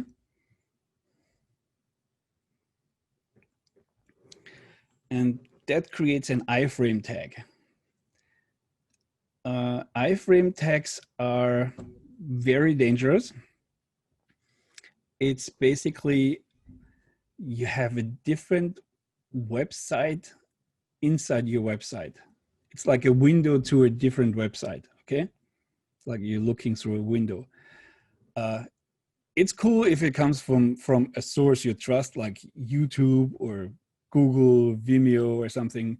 But if you haven't put an iframe code on your website and you look at your live website and you see some there, you're probably being hacked, okay? And with the iframe one, we have here width and the height, and here the source where it's located, and then some extra ones like frame border, which it says there's no frame border, and it allows to use the accelerometer. So if you watch it on the phone and you go from landscape to portrait mode, it flips width, so you can take that off or leave it there. Autoplay picture in picture, allow full screen. This is if you click on it. Oops, not that one. Doesn't want to do that inside Dreamweaver.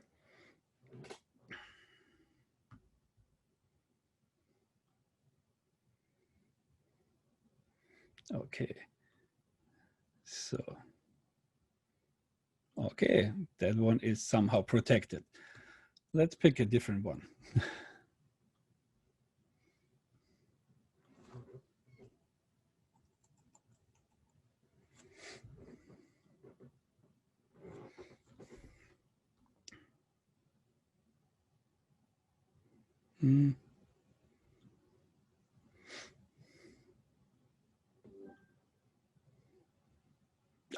Commercials.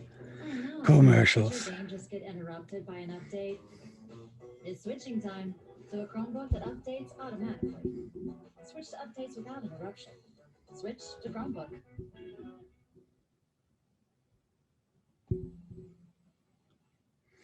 Okay, let's share that one.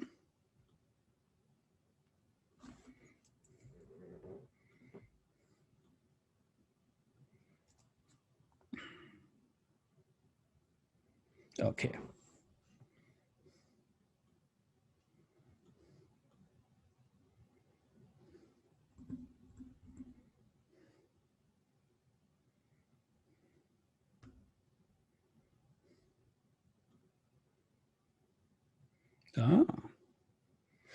This might be because it's within the preview of Dreamweaver. Let's try another one. If you're in your browser and in the URL bar and you put Command O for Mac and whatever it is left of the space bar for Windows machines, you can open something directly in here, a file.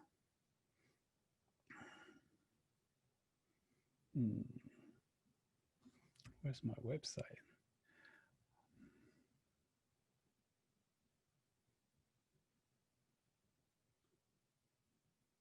No.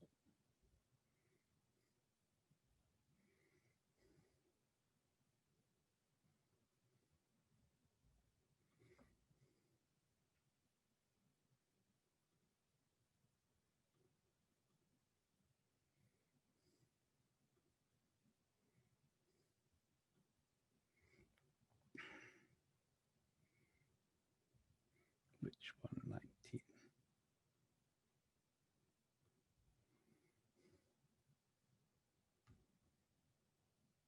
Ooh.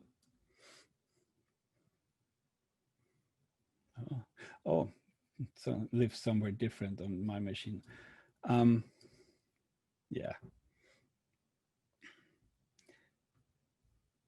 If you open it directly, it should work for you guys, because if I preview that one within the preview of Dreamweaver, as you see in the URL here, it looks like it uses a local server, which it does not, but that doesn't allow it to play stuff from the outside. Okay. Yeah. Some cross-browser rendering that's blocked as a safety guard.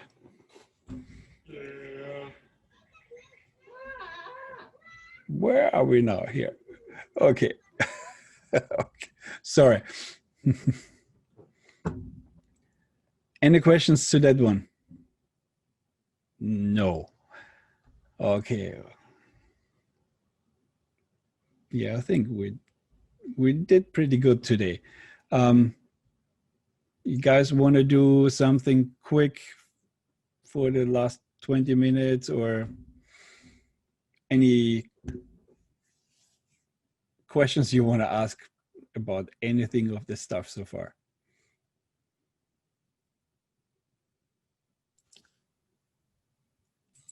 Sure, I have a question. Sure. So say I pull up like a YouTube video, but I don't want someone to like know what it is. Is there any way I can change the picture that comes with it to disguise it? Like if I want to rickroll someone?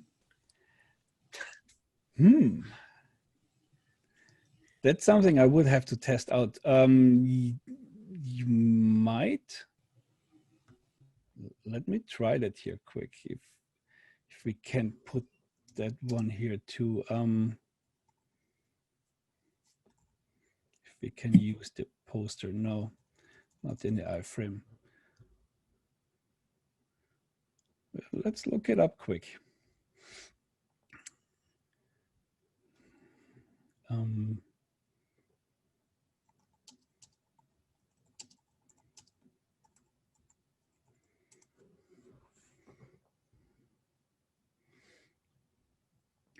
Oh, it gets a little more. Yeah, you have to use JavaScript for doing that. Okay. Okay. Yeah, that is not that easy as it sounds like. Dang it.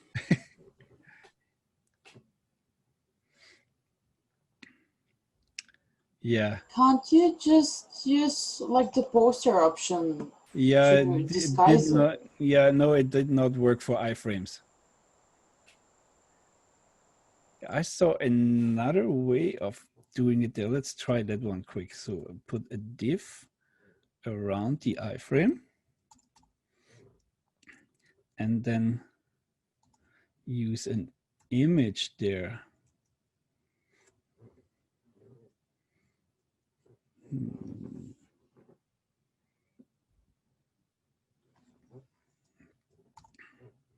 Let's see where we have an image, if that works.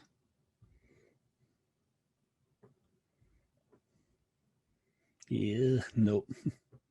And then you would have to hide that one behind it and make it's more complicated. Yeah. So sorry to say that tricking people is not that easy anymore.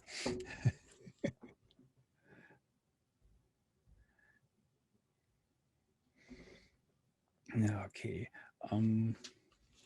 What was on my agenda for today? Oh, you guys are already one day ahead of what I had scheduled for you. Yeah. Really? So for next class, I can show you that a little bit. Okay, because we have some time left.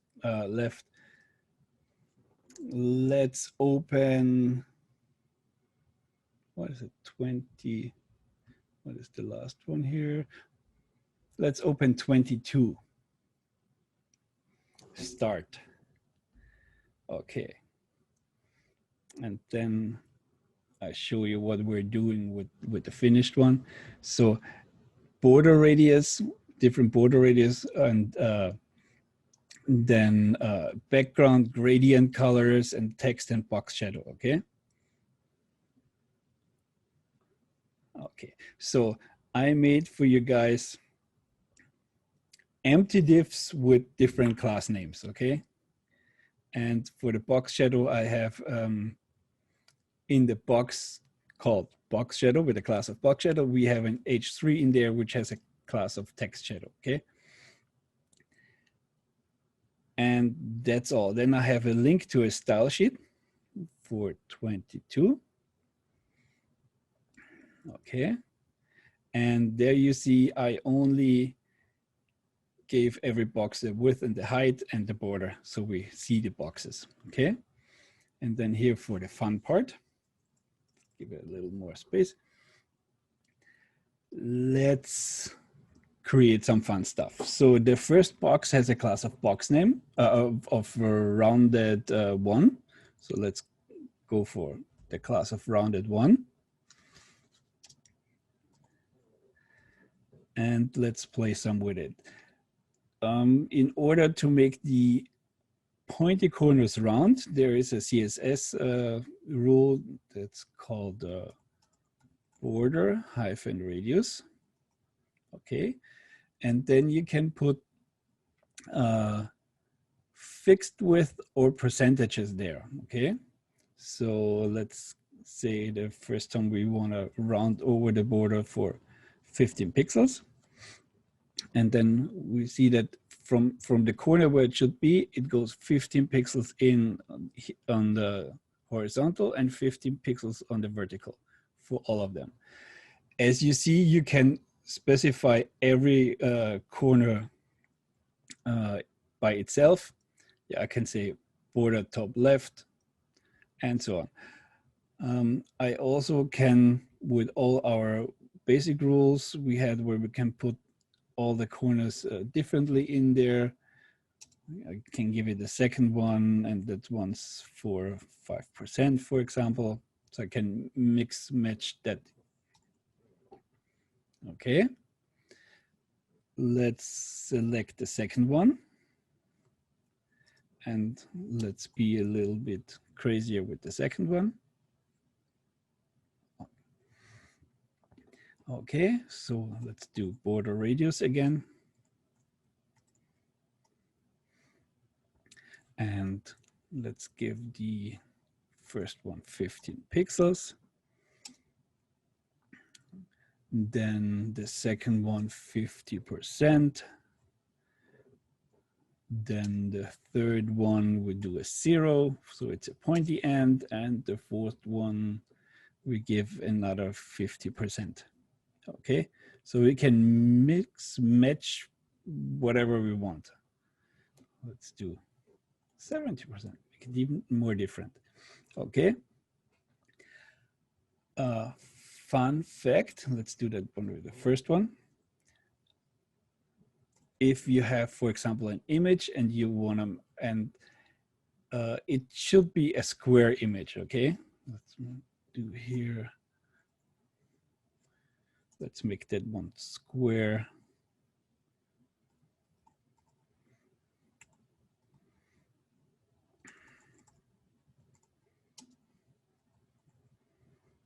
Okay. Okay, so now we made a, like, imagine this is an image. And I can give it, for example, 50% for all, and then I made a round image out of that one. So that's how you make the round images.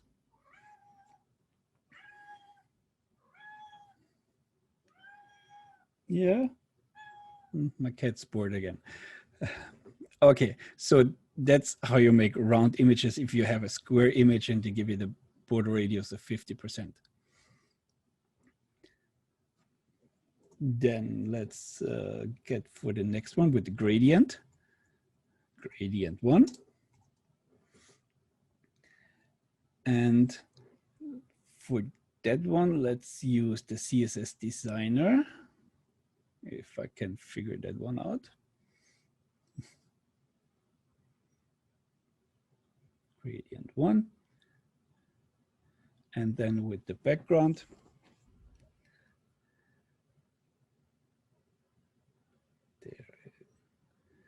and then there is background. Where's the background color here? If you want to put the background image, you would put it in with the background image here. And if you want to have a gradient, it's also using the background image property. But here you just use that one. You say which degrees you want to have and which colors. And let's put a third color in here that goes completely off. And if you're done selecting multiple colors and stuff, you just off click, and nice Dreamweaver writes all the CSS rules for that one. So you see it's a background image. Let's use the bottom one, background image. It's a linear gradient with the degrees I gave it, and from this color to this color, and then to the third color. And because it's a 100% here for the whole thing to fill out.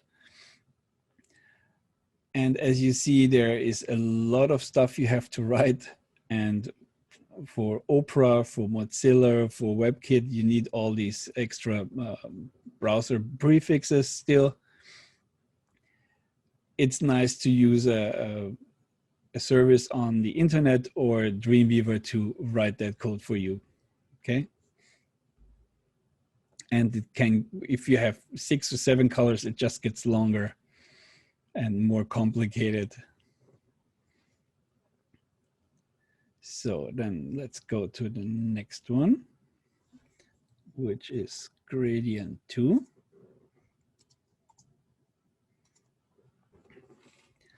Okay. And let's use our little friend Dreamweaver again. And also with the background color and background color. Gradient, sorry. And there is a radial gradient as well. Where did that one?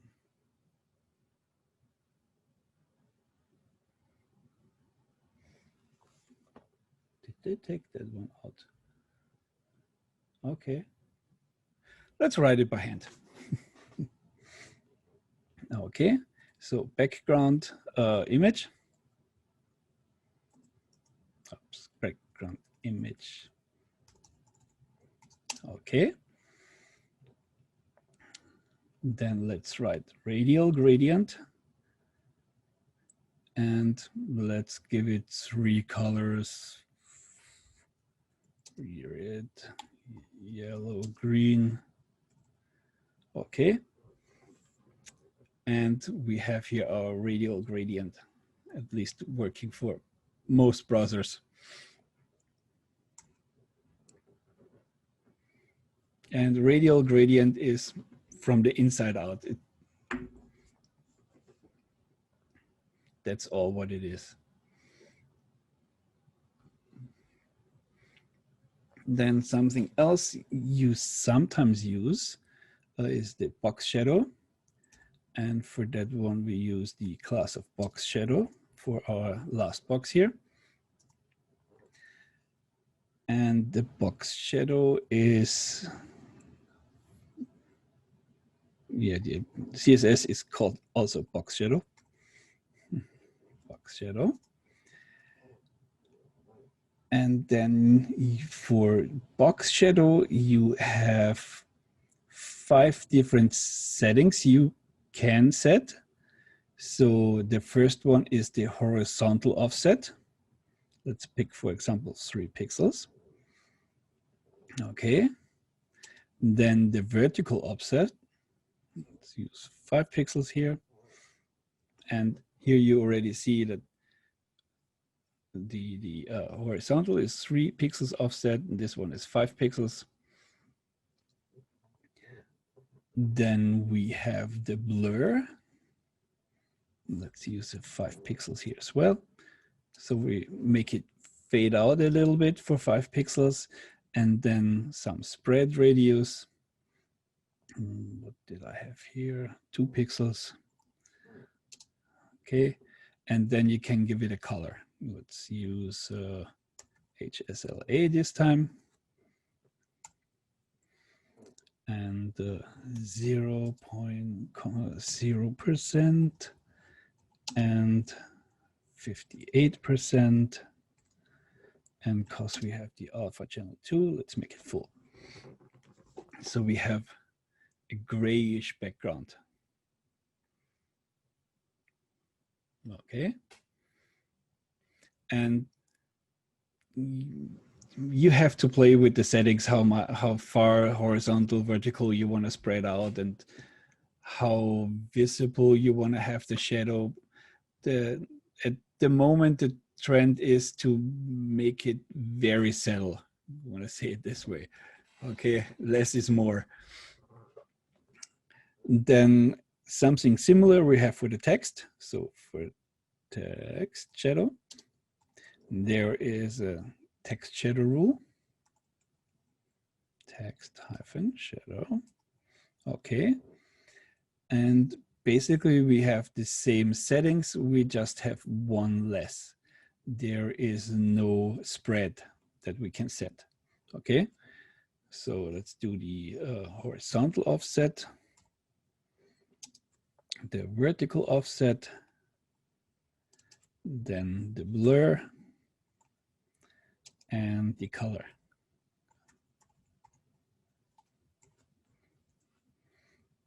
I just picked some colors that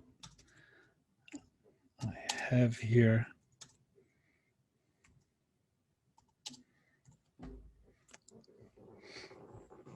And we have a red shadow.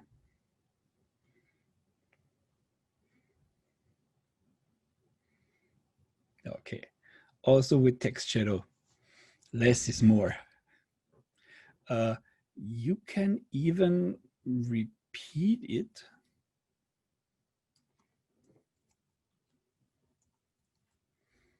And then